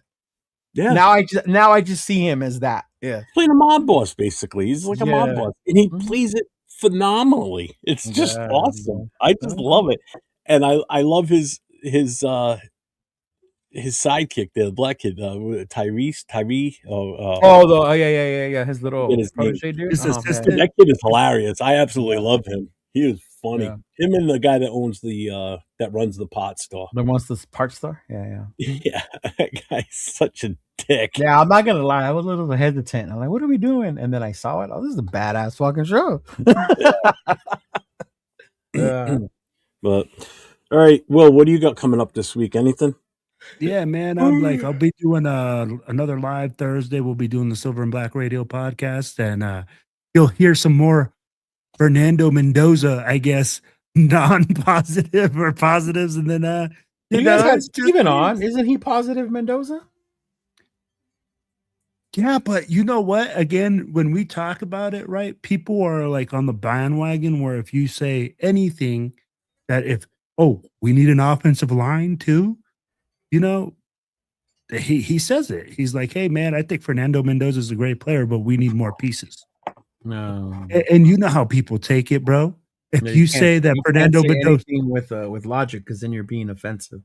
Yeah, because they think, oh yeah, you know, you just should say, yes, we're drafting Fernando Mendoza #1, and Fernando Mendoza is going to be the answer to everything, and we don't need any other players. Right. So yeah, man. I mean, like, we just keep it real. We keep it a buck, and I mean, like, that's what we do. And then I'll be doing a live on TikTok on Friday, man. I gotta watch Landman. My brother told me about Landman. I gotta watch Landman. Mm-hmm. Hey, 805. You got yourself in trouble. You just showed up into the chat. Right. Yeah, I'm telling y'all, man. Y'all don't be thinking 805 is like this real nice, you know. And how dare you show up late and not know what is going on there, 805. Yeah. Y'all don't know the real 805, man. My Asian friend can get violent, y'all. Somebody said that in the chat the other day too with you guys. They're like, oh, and that Asian guy, and I'm sitting over here watching the show, laughing my ass off. I'm like, they just called him the Asian guy. It wasn't you. It was someone in the chat that said it. No, it wasn't me that came up with it. It was when we did our thing, and then they were like, oh, your Asian friend. And I was like, yeah. Wow. Yeah. Leo, what do you got going on this week? Tomorrow with y'all. Mm-hmm. We got the Connection show tomorrow, right? Yep. Yeah. It's your turn this week. Okay. I'll come up with something. Last week, but I had to do it because I'll come up with something fun and engaging to knock there you go. Off. Yeah. Mm-hmm. Yeah, so you'll catch Leo and I again tomorrow night, along with Nate, LV Rated 10, and this guy right here in the chat, Jay from Just Raiders, baby. 4 of us will be on tomorrow night, 10 o'clock Eastern, 7 o'clock Pacific. So make sure you check it out. And if you're not subbed to all 4 of us, make sure you sub to all 4, especially Nate. Get your asses over to LV Rated 10 on YouTube. How many is he at now? Hold on. He's at 2-something, 220, I think. Is he at 220? I forget now. Hang on. LV Rated 10. I appreciate you, John. He's at 234. Okay. He's at 234. Yo, hey guys. Oh, real quick, I want to thank everybody because I just hit 407. I just went over 400. Appreciate you. Yeah. Good job. Appreciate y'all. Good. What was I going to say? Oh, and last week I had my little issue on Thursday. I had to take the wife to the ER, and Nate did a wonderful job going on by himself and doing the coast to coast. I wouldn't say wonderful, but yeah, he did a really good job. Cheeto is just aggressive with everybody. No, me and Nate were going at it earlier in our group chat. That's why. Yeah. So make sure you guys get over to Nate because he's planning on doing some solo stuff going forward, and I'll be on with him Thursday night, especially with the draft coming up. He's got a lot of fucking draft shit you can go over. Mm-hmm. And the combine starts next week, right? Yeah. What are we looking at for the dates here? That is February 23rd. So that is starts Monday. Shit. Alrighty. Actually, no, the actual, I think that's when they start showing up, but the actual stuff that's going to be televised is like Thursday, Friday, Saturday, I think, or whatever. Yeah, you got to look up the different positions when they go, stuff like that. I'm probably going to do what we did last year. Probably going to go live during the day, during the combine for certain skill sets or certain skill positions. Because I did it last year. We did it for each. So I'm going to do it again this year too, I think. So keep your eyes out for during the day type of stuff when the combine is going on. Man, that's going to be so much fun. I've loved the combine, man. It's always a bunch of fun. Just to Underwear Olympics. Yep, that's it. That's all it is. It's a bunch of shit talking. Motherfucking underwear Olympics. Yeah. Good luck, fellas. I'm getting yelled at this. Yeah, and anybody that was around last weekend, Friday night is the No Huddle with open up to all 32 fans of all 32 teams. But Saturday night, myself and Jason doing the Raider Nation voices, where it's open phone lines. That was a lot of fun Saturday night for sure. So Friday night too. But remember when you guys call in, the phone number is 867-5309. That is a direct number to call in. 867-5309. But Jenny won't answer. Well, everybody, you have a wonderful evening. And as I always say, stay safe. Go Raiders.